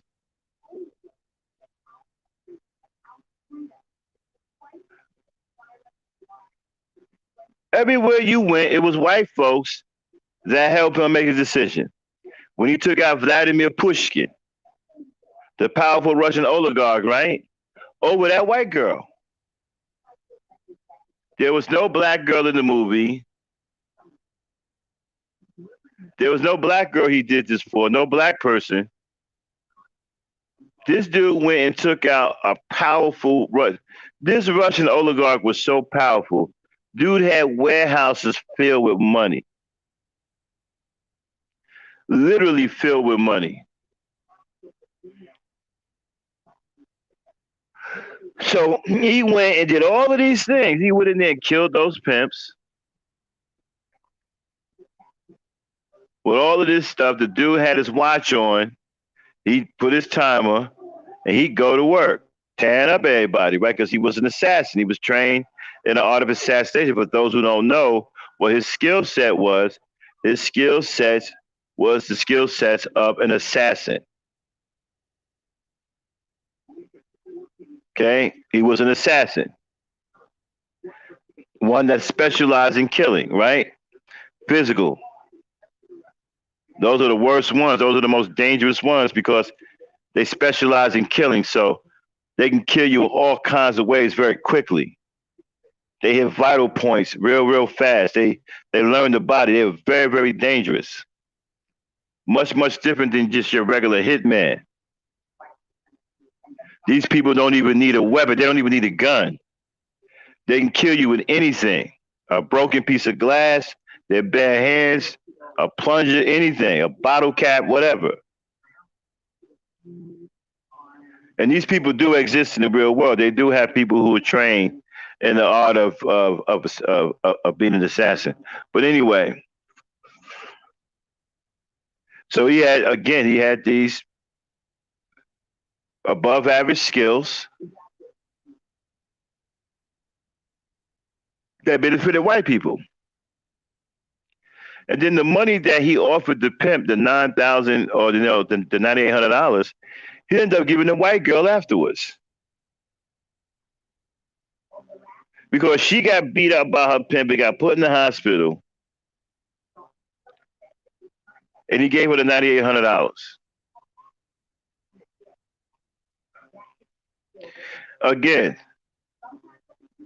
black people with average with above average ability that benefit whites. The Equalizer 2 was just as bad. Problem with that one is what they tried to do with that one is they tried to clean it up a little bit, right? They put a black dude in there that he was supposed to be helping out. But the black dude did some immature bull stuff, running with some dudes, they gangbangers. But he got him up out of that. Dude was supposed to be some kind of artist or something like that. So they tried to make it seem, and you know what? Denzel Washington probably said something about that. Like, hey, man, can I help somebody black in this one?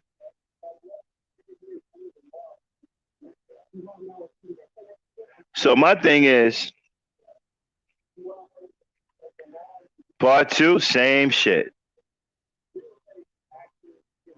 Started out beating the hell out of some men to return a little white girl. Now, granted, he got to, off some white folks in here, but only white folks benefited from his high-powered skills. Nobody black benefited from those skills.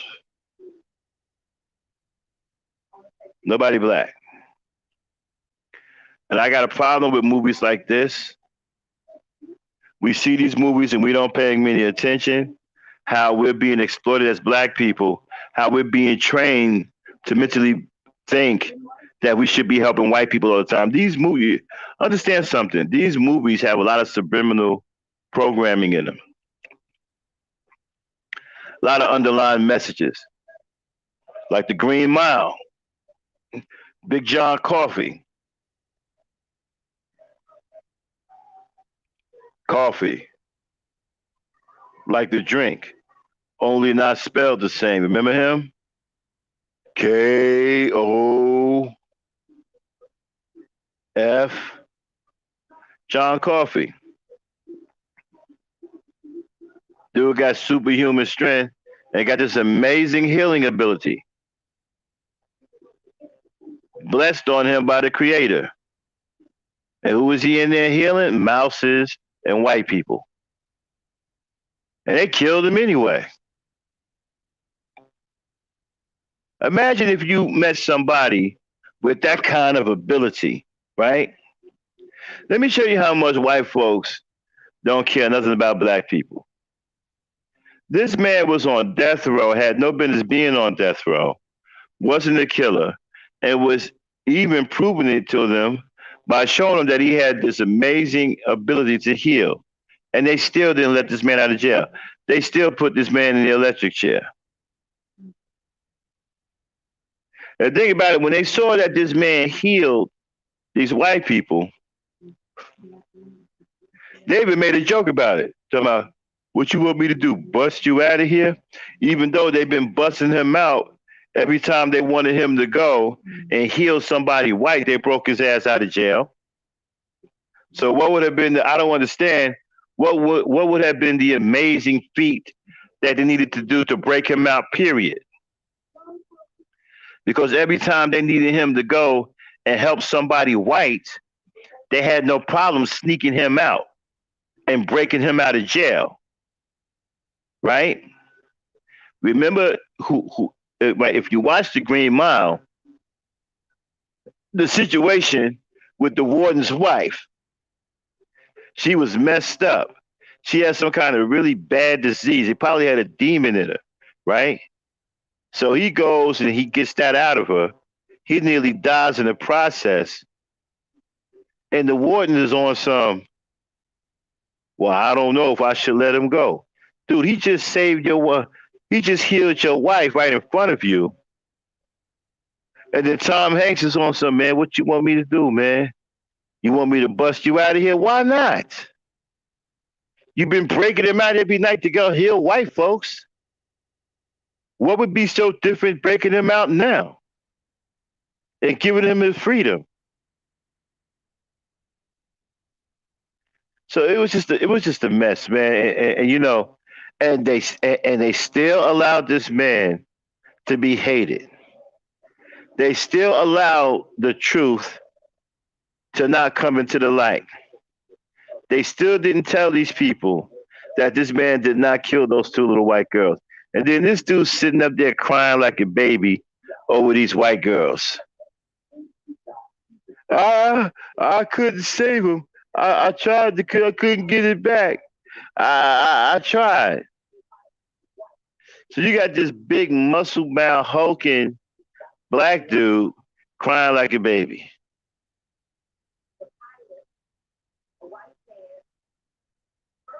And none of this had anything to do with him helping black people. He did not heal one person that was black. Everybody that he healed was white. He even healed a mouse, but didn't heal nobody black.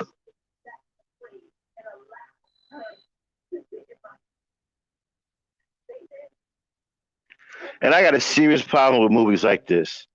They're making fools out of us with these movies.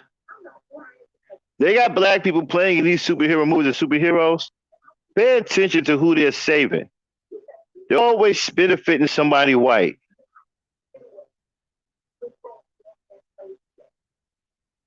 They take our people, make superheroes out of them, and they use them to their advantage, not ours.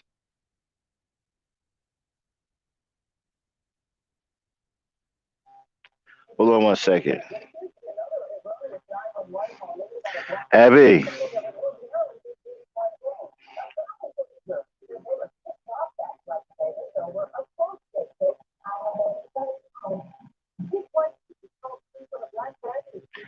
Abby, are you there? Uh-oh, I'm frozen.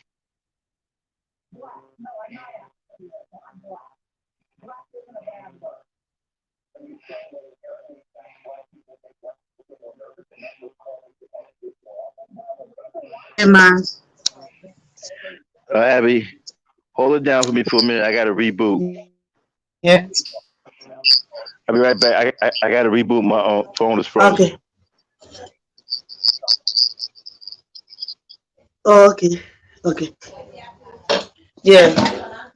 So as Mas was saying, you see, this is the kind of thing that we need to teach our young brothers who are coming and they don't know how to deal with women, who doesn't want to be with women, who doesn't want to love their women. Because you see, you need to be with your woman, you need to love your woman. You see, we can't be all the time doing okay, I don't care about my women, I don't care this, whatever they do, I will not care, I will not love them because my mama treats me very bad, or my mama treats my dad is very bad. That is not the way we are talking about. We are talking how are we going to do and teach these young children or these young brothers who are coming. What are we going to do? Are we going to leave them to be maltreating their wives, their women? No, we can't do that. So we need to teach them what they need to do for them so that they can be with their wives without having any problem. Yeah. Hmm. Well, okay, I'm back. Okay. Okay, I'm back now. Like I was saying, right? And so you have these black people with these powers. The Green Mile really made me sick to my stomach because that was the worst of the other two. That's why I saved that one for last because it really made me sick to my stomach. Because this man actually had an ability given to him by the Creator, the way he can heal people. He can take away sicknesses, diseases, and yet they treated him like a piece of crap. And even though Tom Hanks knew that this man didn't kill those kids, they still didn't let him go. They still didn't let him go.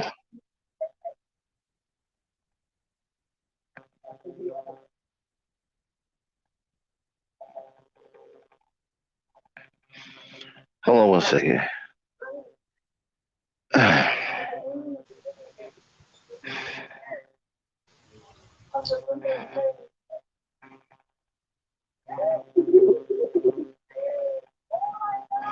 Okay, I'm back.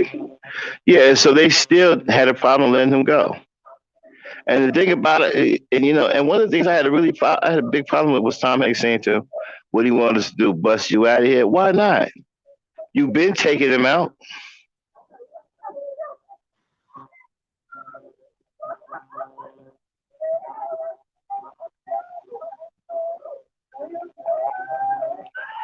huh?"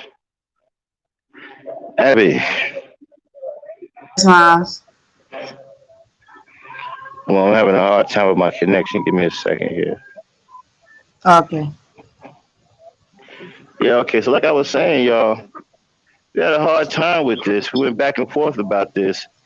This man had actual real powers, and none of these powers benefit whites. And they have a lot of movies out like this, where black people got these special abilities, special powers, and they're just helping nothing but white people.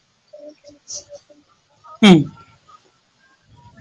I did a search one time on Google about Ebony, just the word Ebony, and a lot of white folks keep coming up. No. Yeah.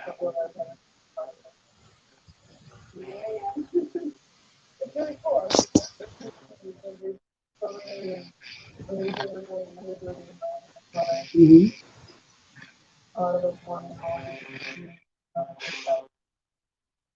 Sorry, maybe Matthew was frozen. I think he's having problem with the connection. Has a problem. Yeah, you see, it's true that we white people, we black people, we have these kind of powers, and we have leaving it for white people to use it, and we are also supporting them to use our powers.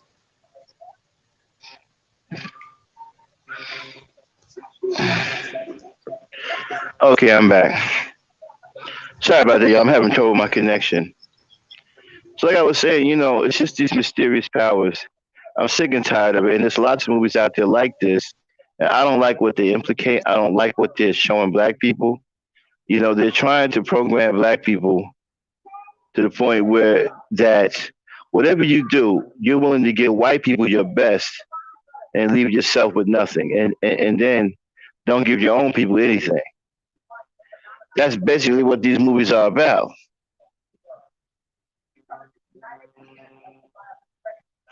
I mean, poor Queen Latifah doing the Equalizer show. He caught up in a whole bunch of white people. All they doing is working with white people. You know, why should I be surprised? Because most black people are coons today. There's a large number of coons out there. The Coon Nation, the Legion of the Coons.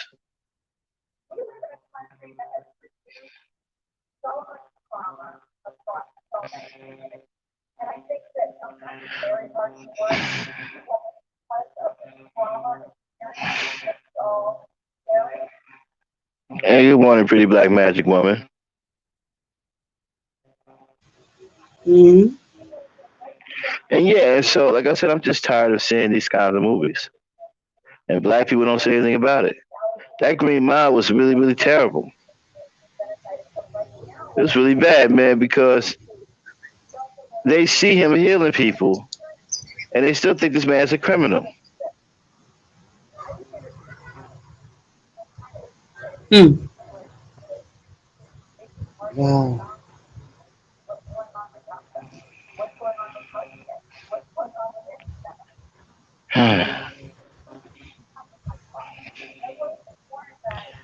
Wait a minute, man. Something's really going on with my.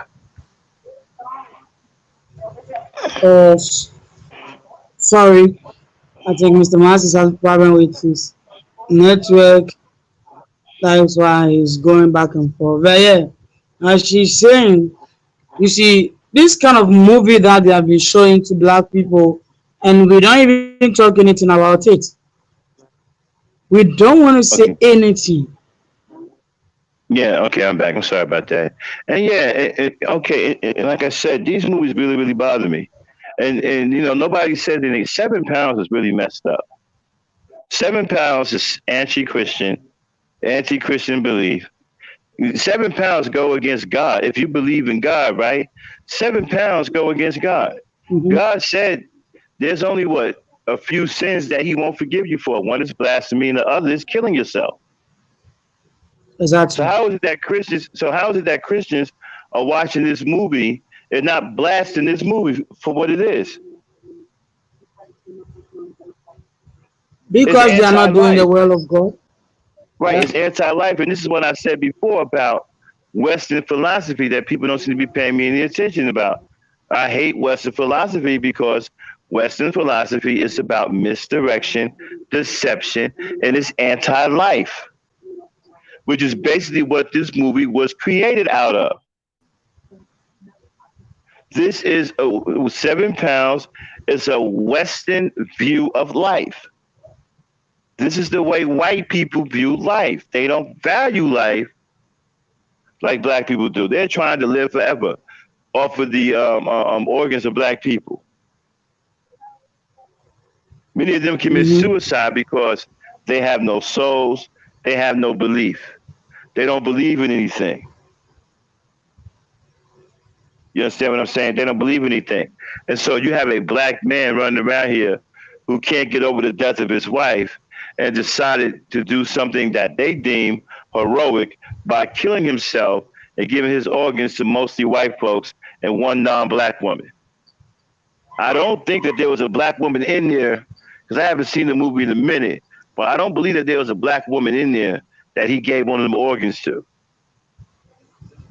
But I know one of the women was non-white. I think she was Puerto Rican or Spanish descent or something like that.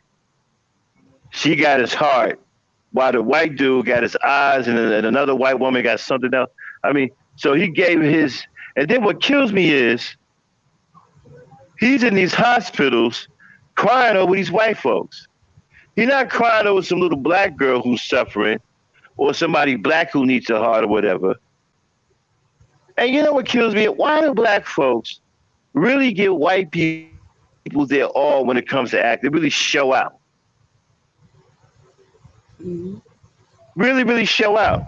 When you go into these churches now, it's a performance. It's a performance. This is why I got a real problem with gospel music. I don't like gospel music anymore because black people are singing to a fictional character.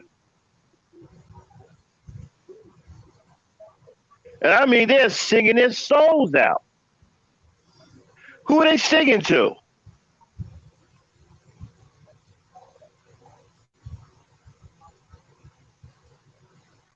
And another thing too, right?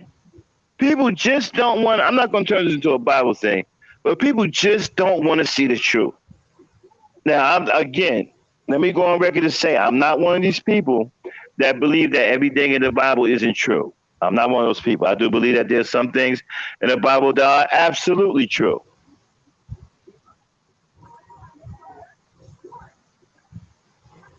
And one of the things that I believe in that Bible that's true is the Creator says, my people perish from the lack of knowledge. That is so true. That's happening right now. The lack of knowledge is killing us. Got a big problem with gospel music. Who are they singing to? And I mean, you're going, listen, look at how we're acting, right? We're giving our best to people who hate us. People who are doing nothing but trying to destroy us at every single turn. We're singing our heart out for these people. We're giving them our best. We're not giving our children anything. We're shitting on each other. We're hating each other. We can't even respect our women and children, but we're singing our hearts out for little white girls and white boys and white folks and old white folks.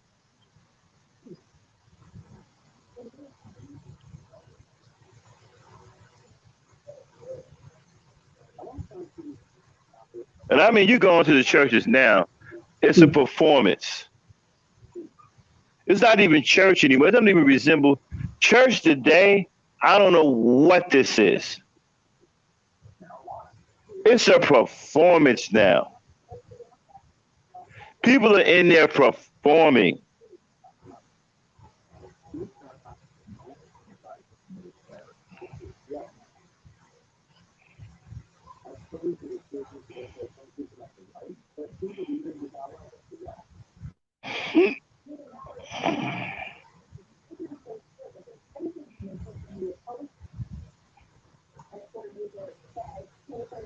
And you know, another thing, we keep thinking that everything's entertainment, right? That's another one of our problems. You see, that's how they keep us immature. We think things is a game. We think life is about entertainment. While everybody else are going after the real things in life and amassing the real things in life, black folks are running around here talking about they want to be entertained and don't have a pot to piss in or window to throw it out. And then we're sitting up here and we're giving them our very best. We're giving them the heart in our chest. We won't give that to our own children. Like you got black dudes out here who don't even care about their own daughters, but they'll go raise a child that Becky has. They'll go and give Becky all of their resources and help Becky raise her children.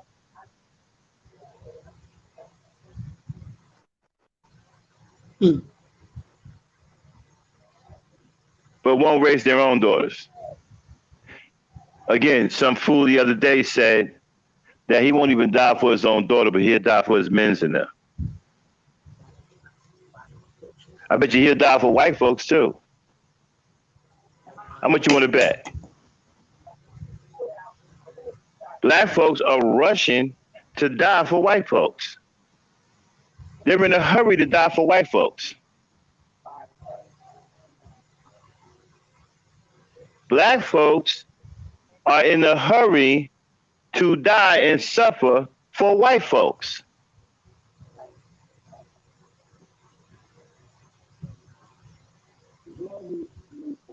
In these big, illustrious, grand celebrations, man, it bothers me so much, man, when I saw Gospel Fest and these gospel with the Kurt Franklins, the sellouts, these devils like Kurt Franklin.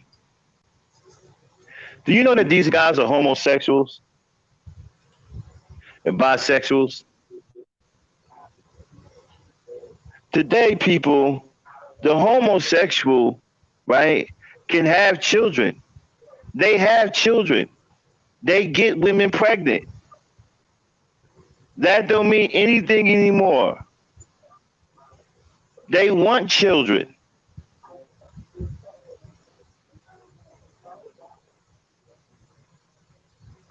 All these homosexuals in the pulpit preaching, changing what you believe in the Bible, telling you that, well, Leviticus isn't what it really is. It's just a figment of your imagination.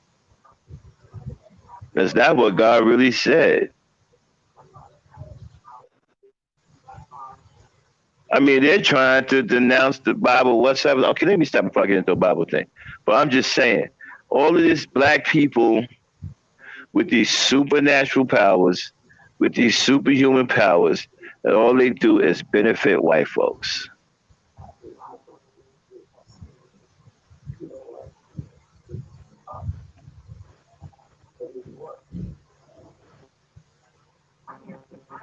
All they do is benefit white people.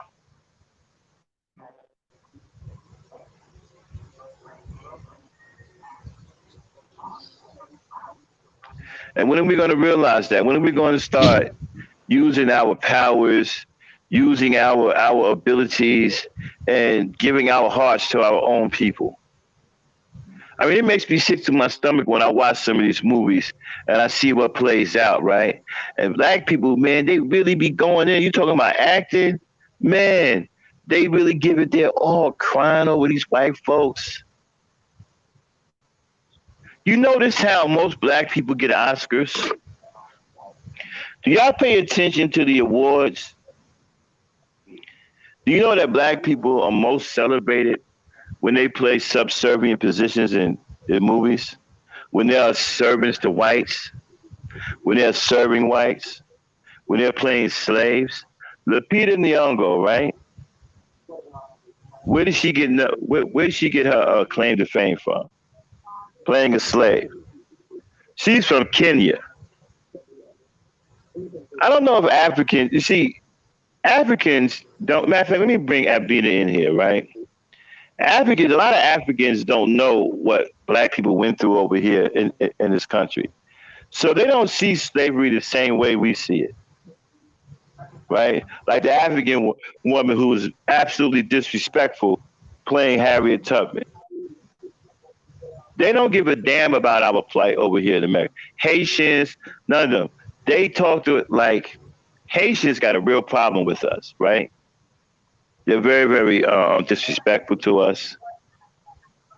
They don't have the same feeling we have as black people about slavery.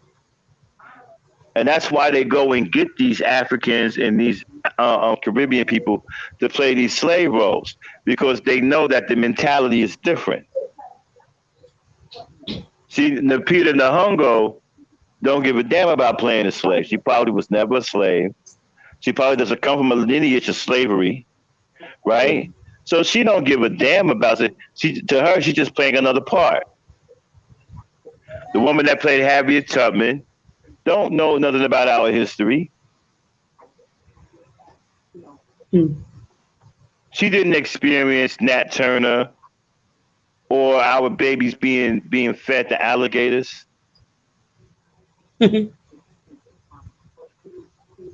She She didn't experience none of that. She didn't experience what what why Harriet Tubman was trying to free some slaves. She don't know what that's about, so she just played the role. It didn't have something slick to say about black people while she was playing the role. So they're going to get these African actors and actresses who don't have a clue about our history over here in this country to play these slave roles. So Albina, Mm-hmm. you hear what I'm talking about, right? Exactly. Okay. So you have Africans who play slave roles, who get known for playing slave roles, Mm-hmm. who get all of this notoriety for playing slave roles. Yeah. They give you Yeah. Oscars for playing a slave. They give you an Oscar for playing a slave.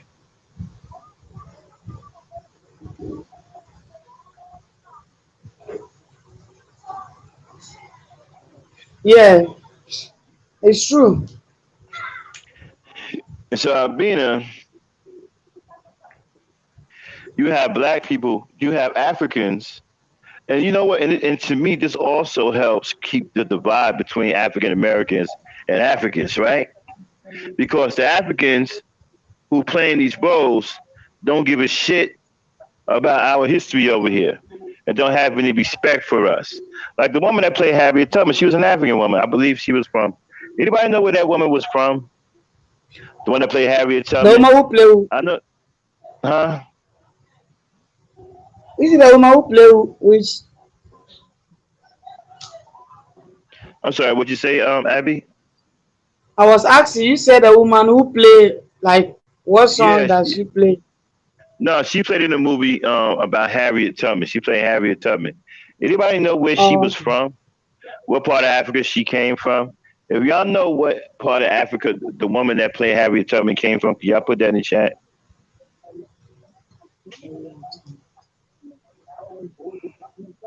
Yeah, you got some African dude named John Wayne. African dude named John Wayne. Picture that.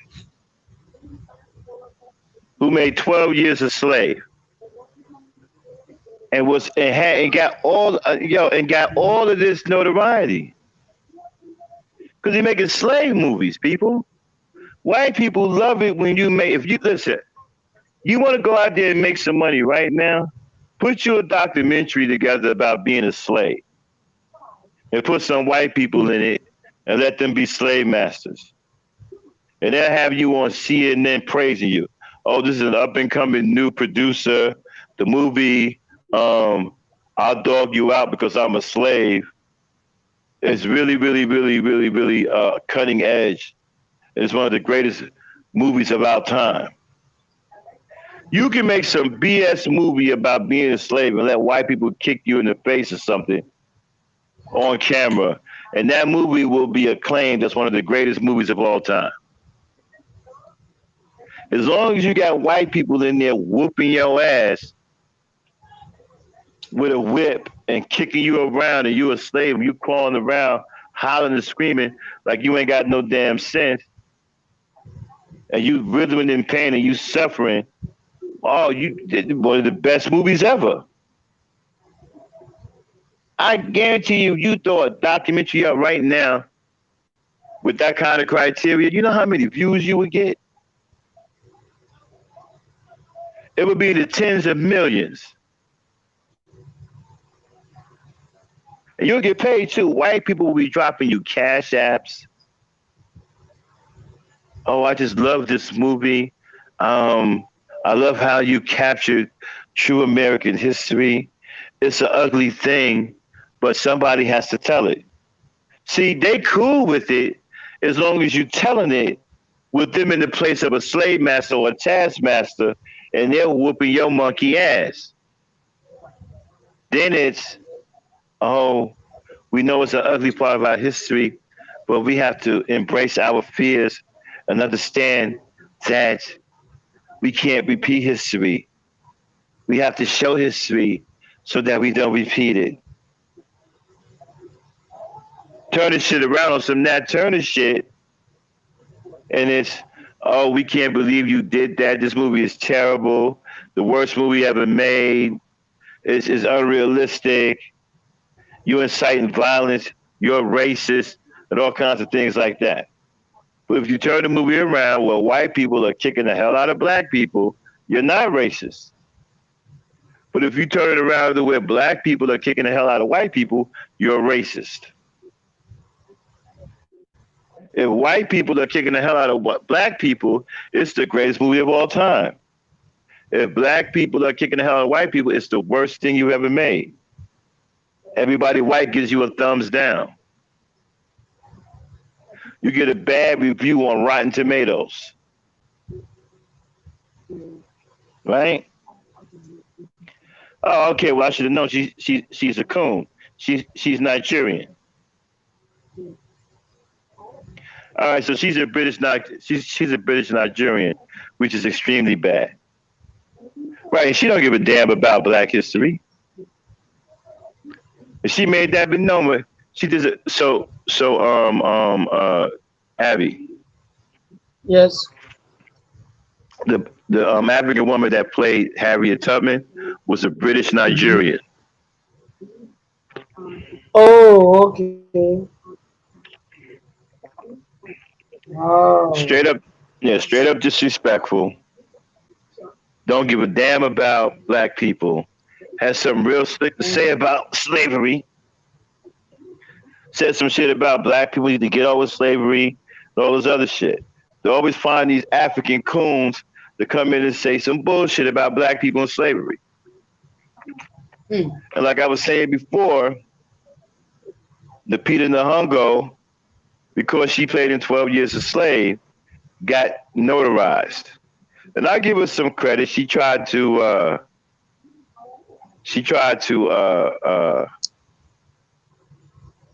get a little fame off of that. She was in the Black Panther and so forth or whatever. She's actually a very good actress, believe it or not. But, but her star done died out. Where's she at now? They ain't playing in nothing else. But I bet you she could rekindle her career if she go make another movie about being a slave. Like, for example, where the hell did Chanel Monáe come from? I've never heard of this woman until one day I was watching the Super Bowl and I saw her make a Pepsi commercial. I'm like, who the hell is this?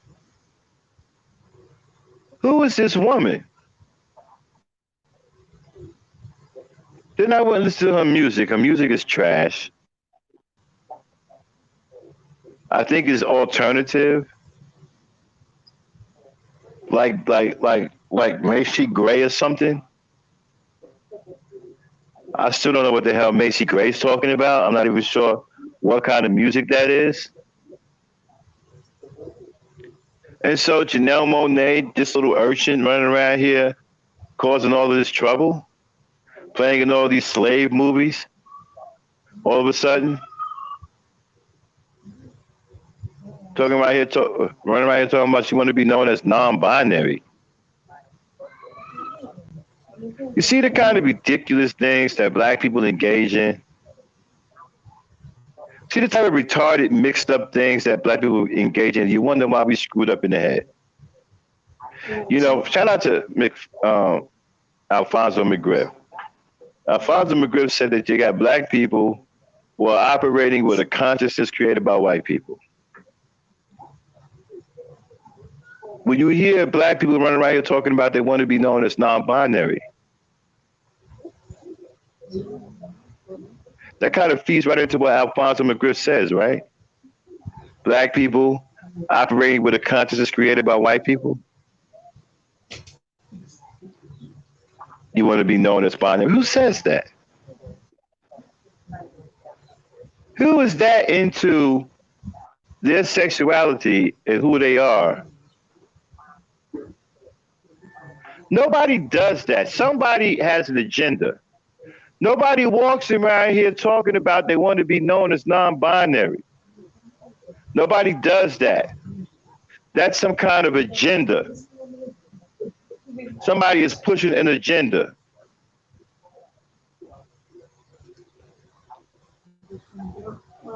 And like I was saying, they get a lot of these Africans playing these people in the movies.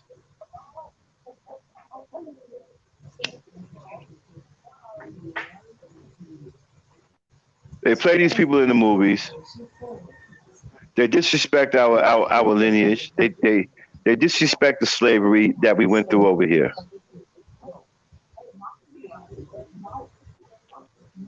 And they make sure they get African actors who don't give a damn about black people or know very little about our history. So Abby,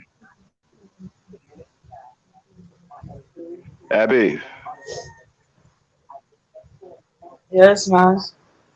okay, so we're getting ready to wrap it up. I don't know where Dame's at. So give me your take on, let's start from the top. We did the three question marks, we talked about respect. We talked about spending time with a woman. We talked about treating the woman special. What do you say about respect? The part when I talked about the first woman that I learned how to respect was my mother. And I come from that era where I was taught that if you couldn't say it around your mother, then you didn't say it to another woman.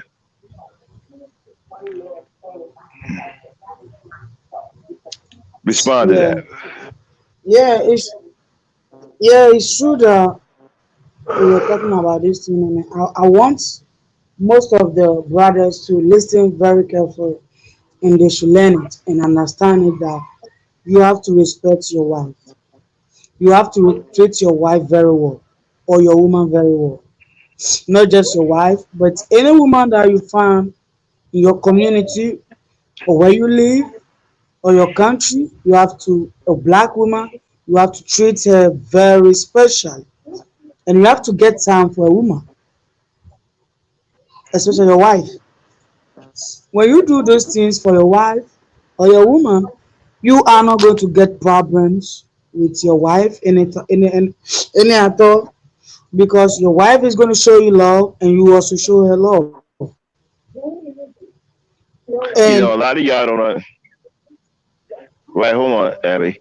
A lot of you brothers don't understand, right? Like these guys that complain about women's behavior, a lot of them don't understand, right? Women, if you show women respect and you treat them with respect, it changes their behavior. They'll behave a certain way. If they're used to being respected, yeah, they'll behave a certain way.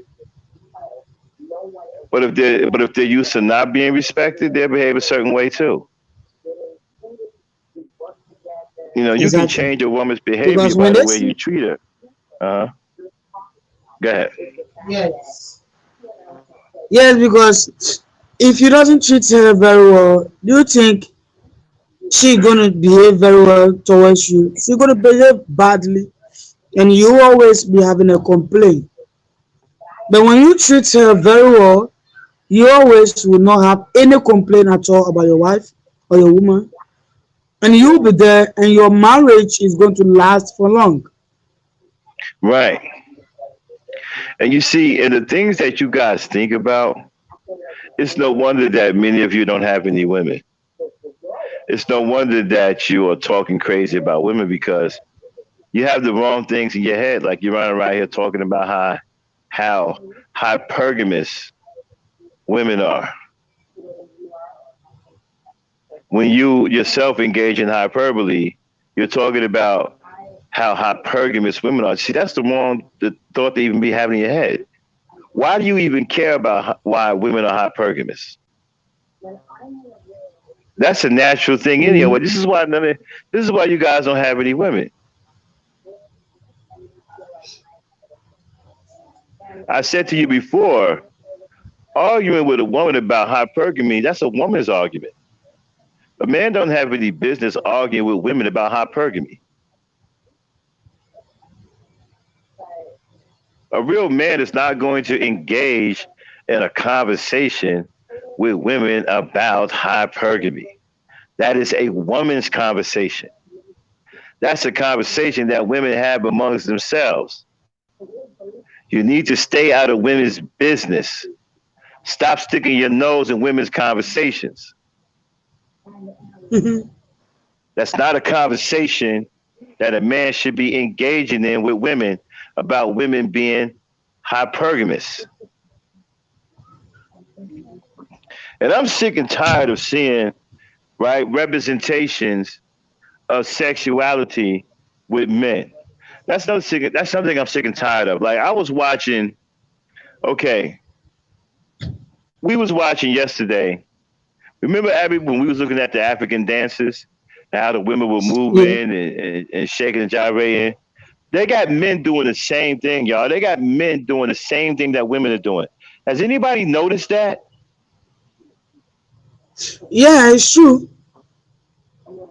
I've seen a lot of what a woman I was doing, men also were doing the same. Twerking, shaking their bottoms, doing this. Men also are doing the same. Shout out to Magic Woman for the cash app.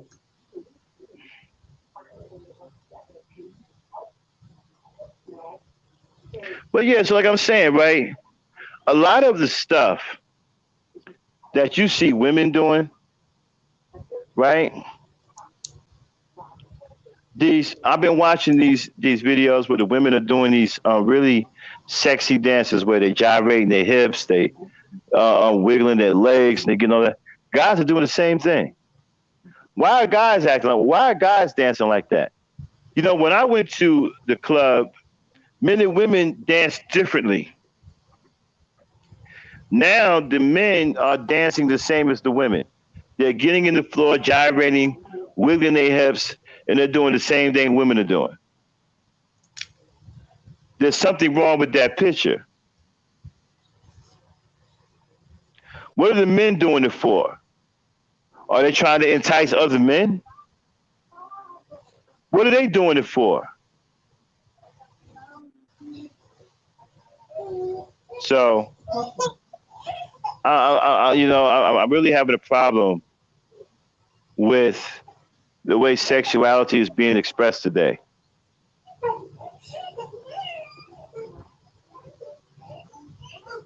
Yeah, Yeah, because the men want to behave like a woman. That's why they do those things. yeah, they're doing it the way the women the women do. You understand why the women are doing it? What are the men doing it for? A man don't have no business gyrating in the floor like a woman.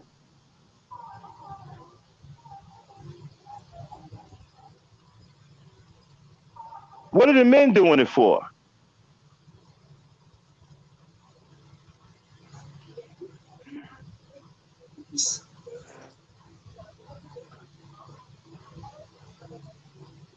I'm telling you, man, I'm really getting tired of this. I'm sick of it. Everywhere you turn, you see black men. You're starting to see black men represent femininity. You start to see both black men and black women together representing femininity. The men are no longer representing masculinity. They're representing femininity along with the black woman. Hmm. Yeah.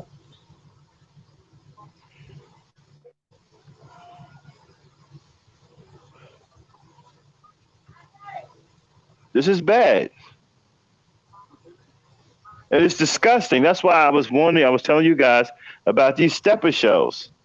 See, a lot of you guys have been lulled to sleep. You think that what you're doing is masculine, and it isn't. All of this, these groups of dudes cheerleading like girls with all of this stepping shit, that's female stuff, man. Listen, if you go back in Greek history, right, you won't find no group of men doing these things. There was no group of men in history that do what black men do in these HBUs, in these Greek fraternities. Black men are the only ones that do stuff like that. They're the only ones that gyrate and dance like women and cheerlead like women and clap their hands and stomp their feet like women. No other men do this but black men.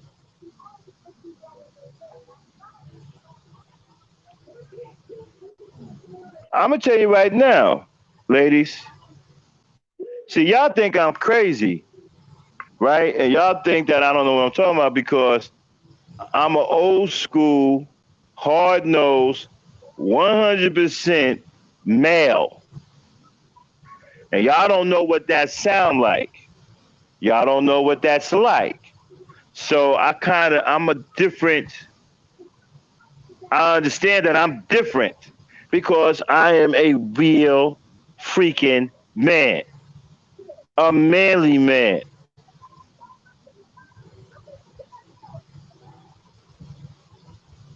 who Yeah. have no interest in women's apparel, have no interest in representing femininity. I am 100% masculine, manly. I'm a bulldog, a bull in the china shop. When I come through, I knock shit down because I'm a man. Get out of my way or I'm running you over. I come through knocking shit the fuck down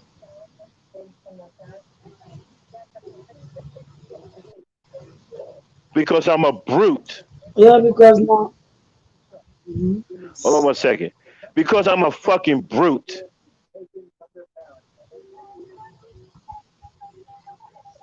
And that's what brutes do. A man is a fucking brute.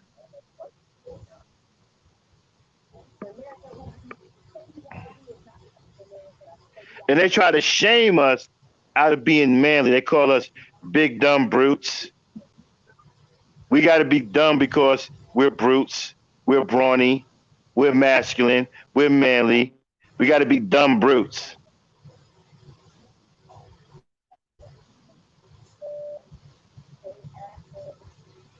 I'm a brute, a bruiser. I'm a man. I don't wear women's clothes. I don't wear makeup. I don't wear loud colored clothes. I don't tell other men I love them. I don't hang with dudes. I love women. I don't gyrate my hips and wiggle my legs like spaghettis all down the goddamn floor like women do. I don't clap my hands and stomp my feet like female cheerleaders in these stepping shows.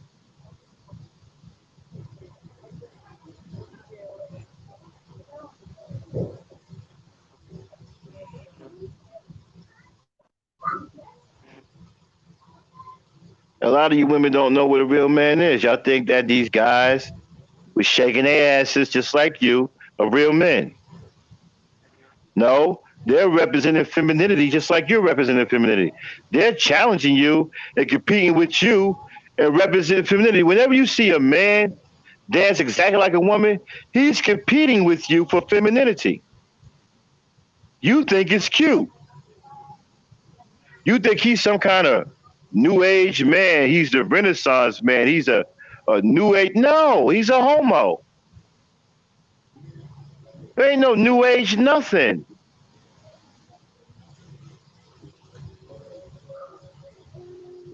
He gonna twerk right next to you because he's competing with you in femininity.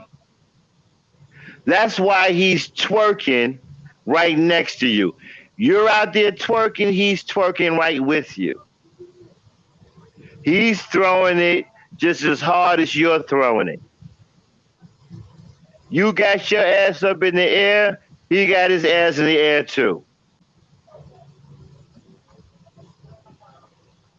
Because, wake up, ladies, because he's competing with you in femininity.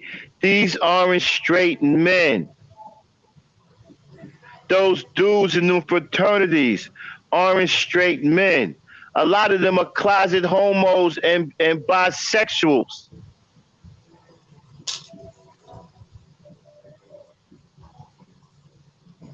Y'all been lulled to sleep.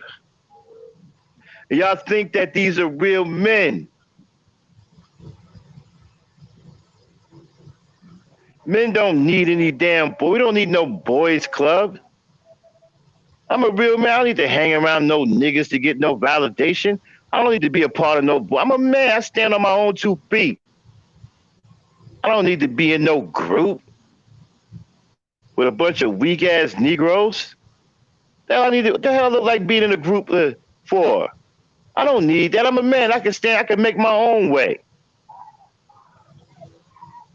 I'm not interested in hanging out with groups of niggas. I'm interested in women. I want to pursue women. I want to talk to women. I love women. I don't love dudes.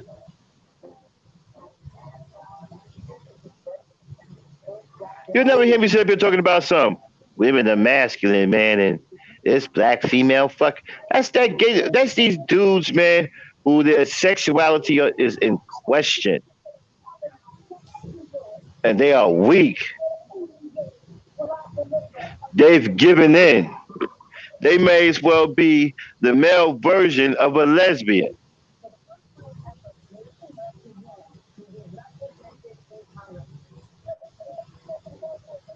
Like I said, I've seen several videos of women twerking and doing this new wiggly dance that they do, and you got men doing the same thing.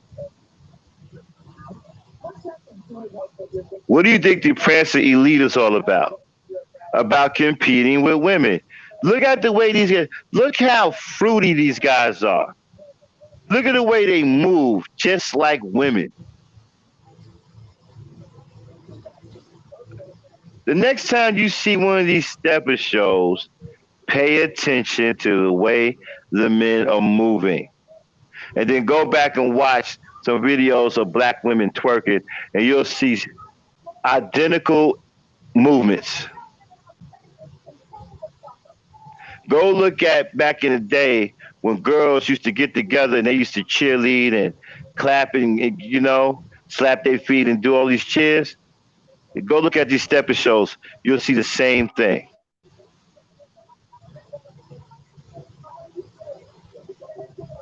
I keep trying to tell people the homosexual world is a huge one. They have hordes of bisexuals and homos.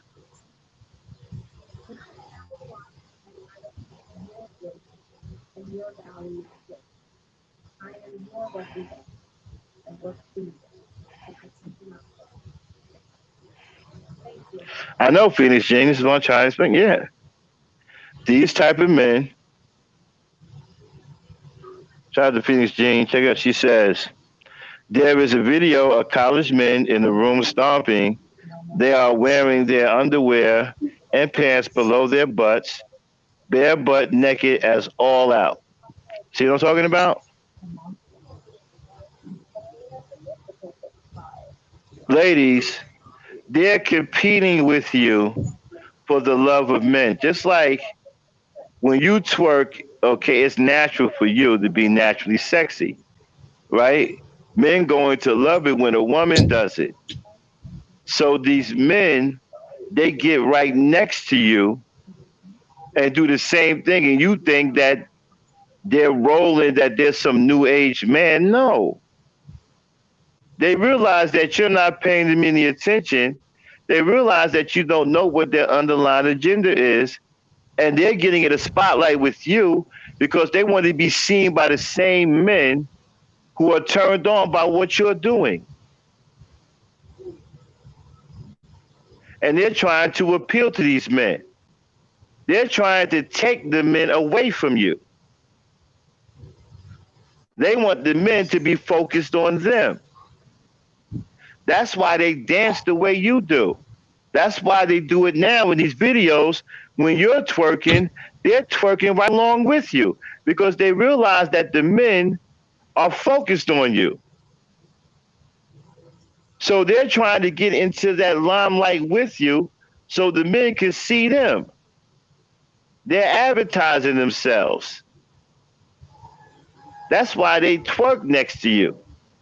And they're showing the men that they can get just as freaky as you can. That is the disgusting way that they think.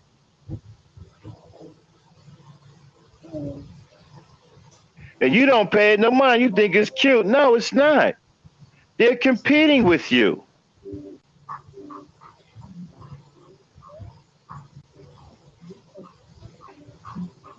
They're not out there to show people how well they can dance. They're competing with you for the love of men.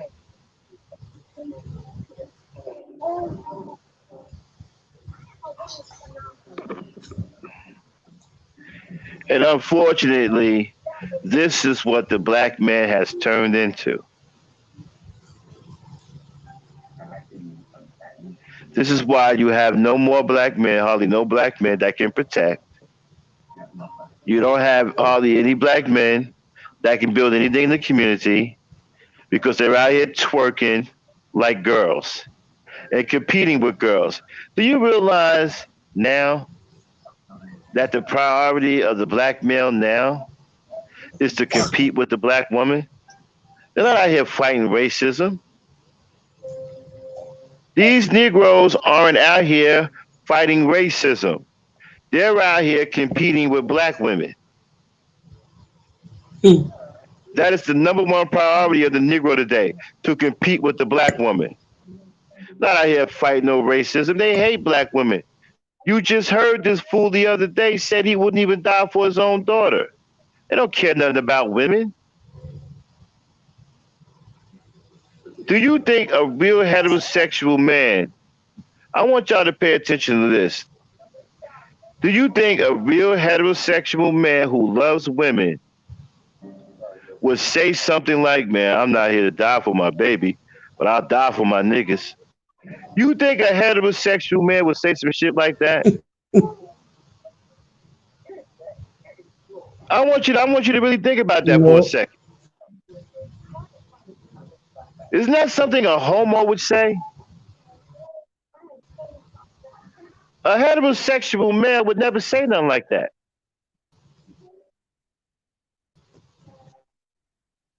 You would never catch a real man saying, man, I, shit, I'm not gonna die for my baby, but I'm gonna die for my niggas. What heterosexual male, and don't take my word for it, go talk to the heterosexual males in your family and ask them and tell and repeat to them what this guy said. That he not gonna die for his daughters, but he gonna die for his niggas. And watch what they tell you.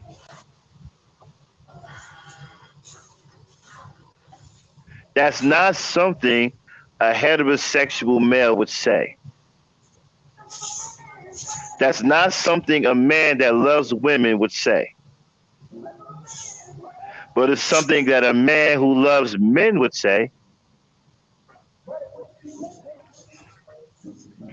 Abby, hold it down for me. I got to reboot. I'll be right back. Yeah. Talk to the people for me. Okay. I'll be right back. Yeah. It's true. Okay. Yeah. It's true that what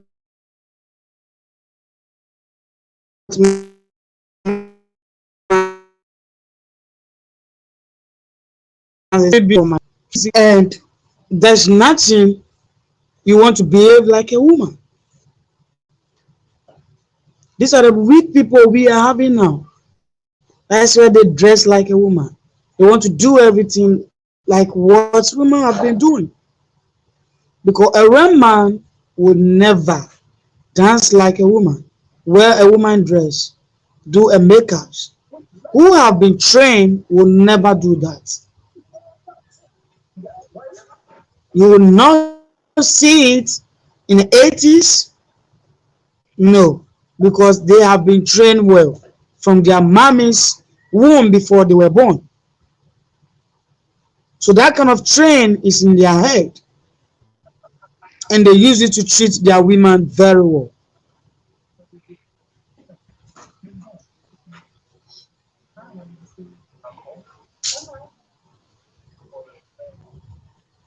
Yeah, Oh, Aiden.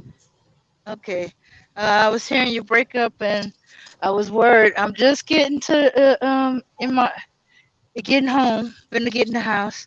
Yeah, I've been listening to y'all. Um, so yeah, so Yeah, so yeah, Shooks, I've been wanting to say stuff since the Black superheroes. The, yeah, yeah, the black superheroes, yeah, is always like that.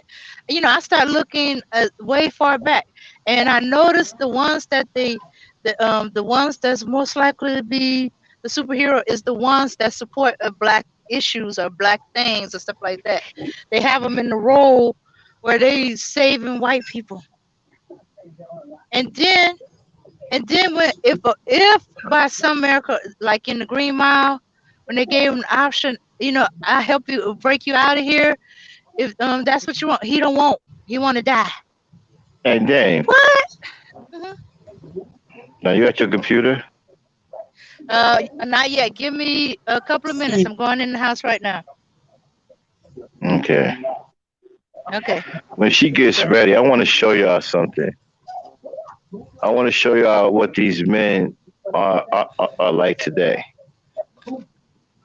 I never thought I'd see something like this, but this is what it is yeah, today. but Mr. Man, Huh? yeah, but they are weak. That's why they are doing these kind of crazy things. I said they are weak in their mind and they are weak in physically. They are weak mentally. That's why they are Right. doing this crazy thing like they want to behave like a woman. Yeah, And and it kills me because because we how never many black see men a man. Mhm. listen, I'm gonna tell y'all niggas something, right? How many y'all gonna accept this and ride with this and not say anything about it? Because they say that these men represent all of us. They don't represent me. That's why I'm speaking now. I'm letting people know straight. I don't roll like this. I don't get down like this. This ain't me. They don't represent me.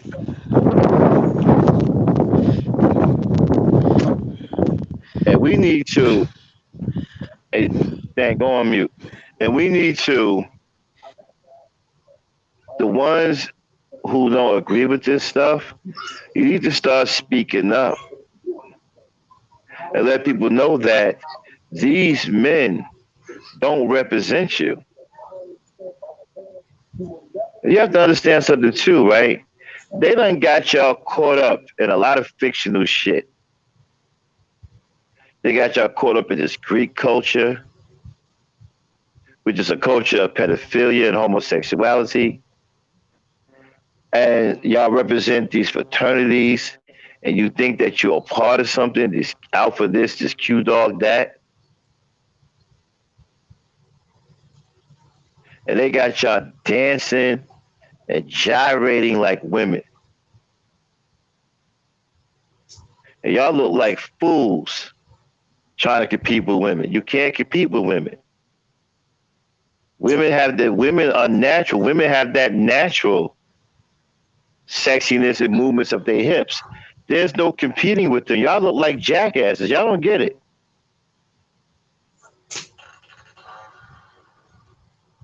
You can't compete with women.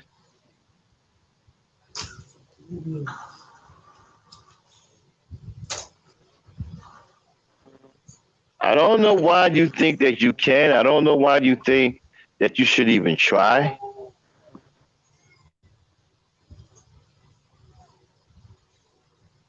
but you cannot compete with women.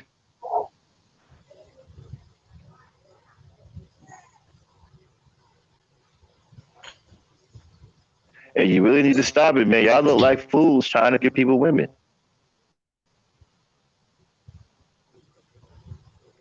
And I am sick and tired of seeing it, man. I'm sick. It's really, really disheartening. It's really disgusting to see black men behave like this.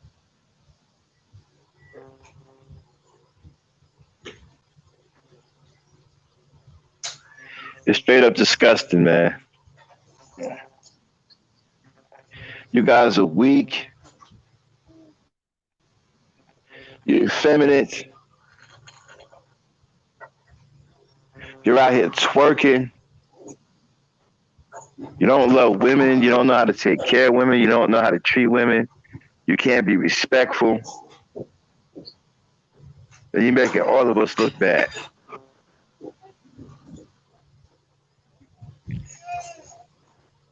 And this reflects on all of us. And until we start speaking up and separating ourselves from this, they're going to think we're all like this.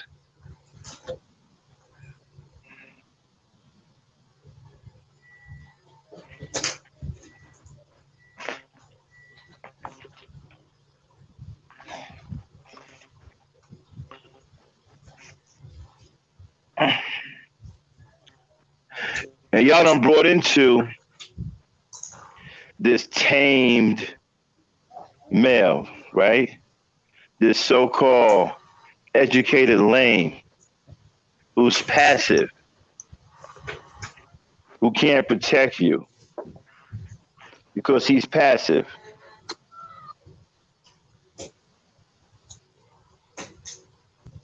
He's passive and he's scared.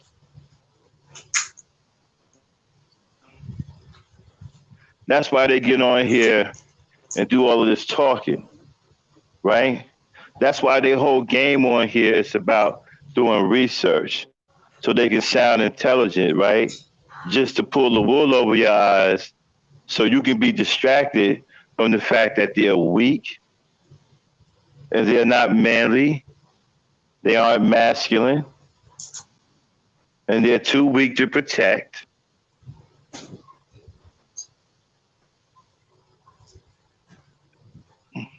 And they help you stay confused. They tell you women anything, they help you stay confused. I keep telling you, a real man is a brute. I'm a brute. When I come through, I'm knocking shit over. I'm a brute.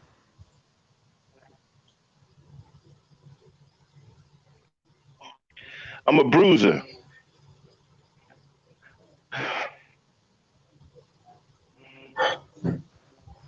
I'm not a softie. I'm not passive.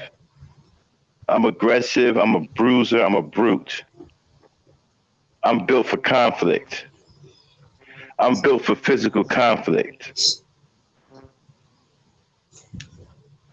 I'm not afraid. I'm not cowardly. I'm strong. And I'm built for physical conflict.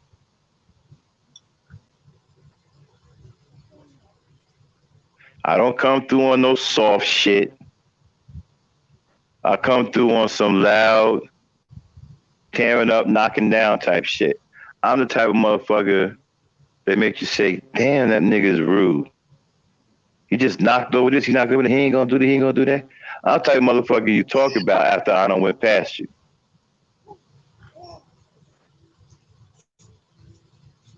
Ladies, you remember that guy? You remember that guy that was aggressive? And when he came through, he messed with stuff. You were like, damn, at least watch where you going. Dog, remember that guy that you used to always suck your teeth at and always said something to? That was the real dude. Men are still that way. We still make you suck your teeth. We still make you be, damn, you need to, damn, did you hear what's, wow, you could at least did you could at least did that. We still that dude. We make you mad because sometimes we don't have any manners when we come through. We tearing shit up, we knocking shit over. We don't have no regards of what we're doing sometimes. We piss you off, we make you suck your teeth.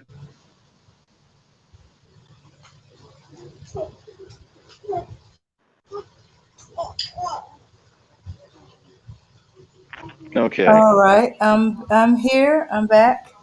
Okay. Can you get that one remember the African girl that was dancing, the one that was twerking? Abby, the one Uh, that you said that they was challenging her? oh, from last night. Yeah. Okay. Yeah. I'm gonna go get it. Yeah, play that.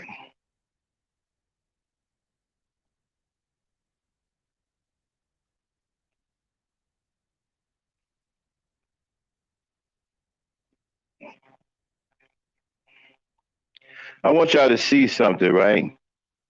You watch the way this woman is dancing. You got dudes in the background dancing just like her.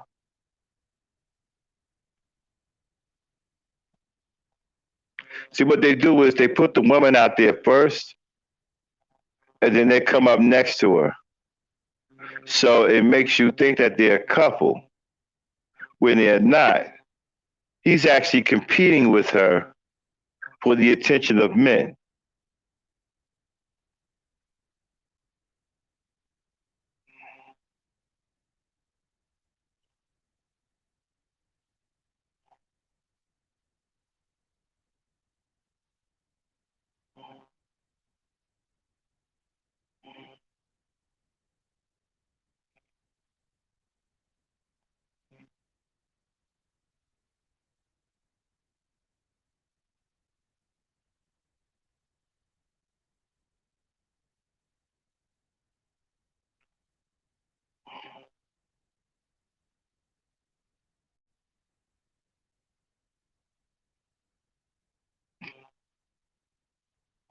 There, you got it.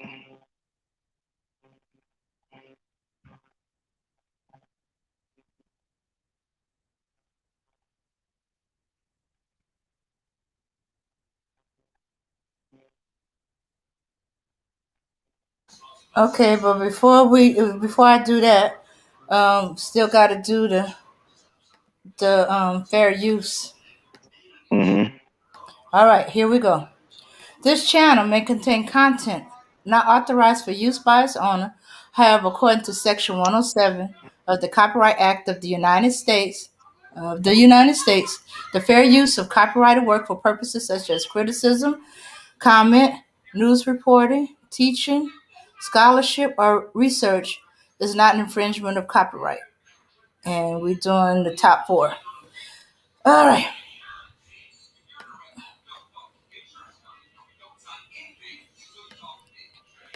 All right. All right. All right. Here we go.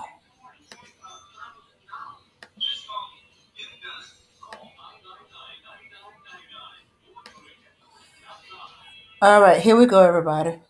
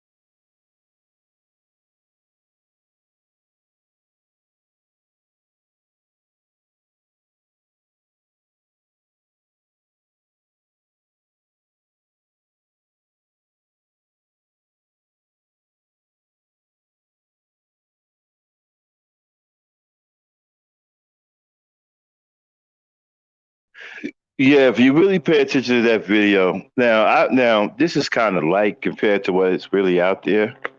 But if you notice there's some dudes there that are dancing with her doing pretty much the same thing that she's doing. This is what's going on now. This is the new trend on how these homos are competing with women, black women, for the attention of men. They're competing. And you don't see anything wrong with it because you think it's cute, you think it's cool. But this is the representation of femininity. You have black men representing femininity along with the black woman. So now you have the black man and the black woman both representing femininity, with the black man in extreme competition with the woman for femininity. That is what's going on. That is what you see there.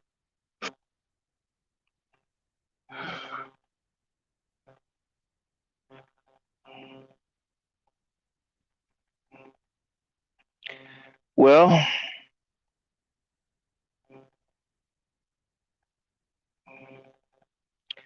Miss Dame Frankie. Yes. Okay. Yeah, as you said, I saw him trying to copy some of her moves, but he wasn't. But I do know of ones where it is, where they definitely uh, dancing like the woman and competing. All Now, right, well, back a few videos, I was like, why is he dancing like a woman? Why is he not dancing all like the right, guy? well, we getting ready to shut it down, y'all. Hmm. We've been at it for a little while. Then you got the music queued up. Okay, just a second.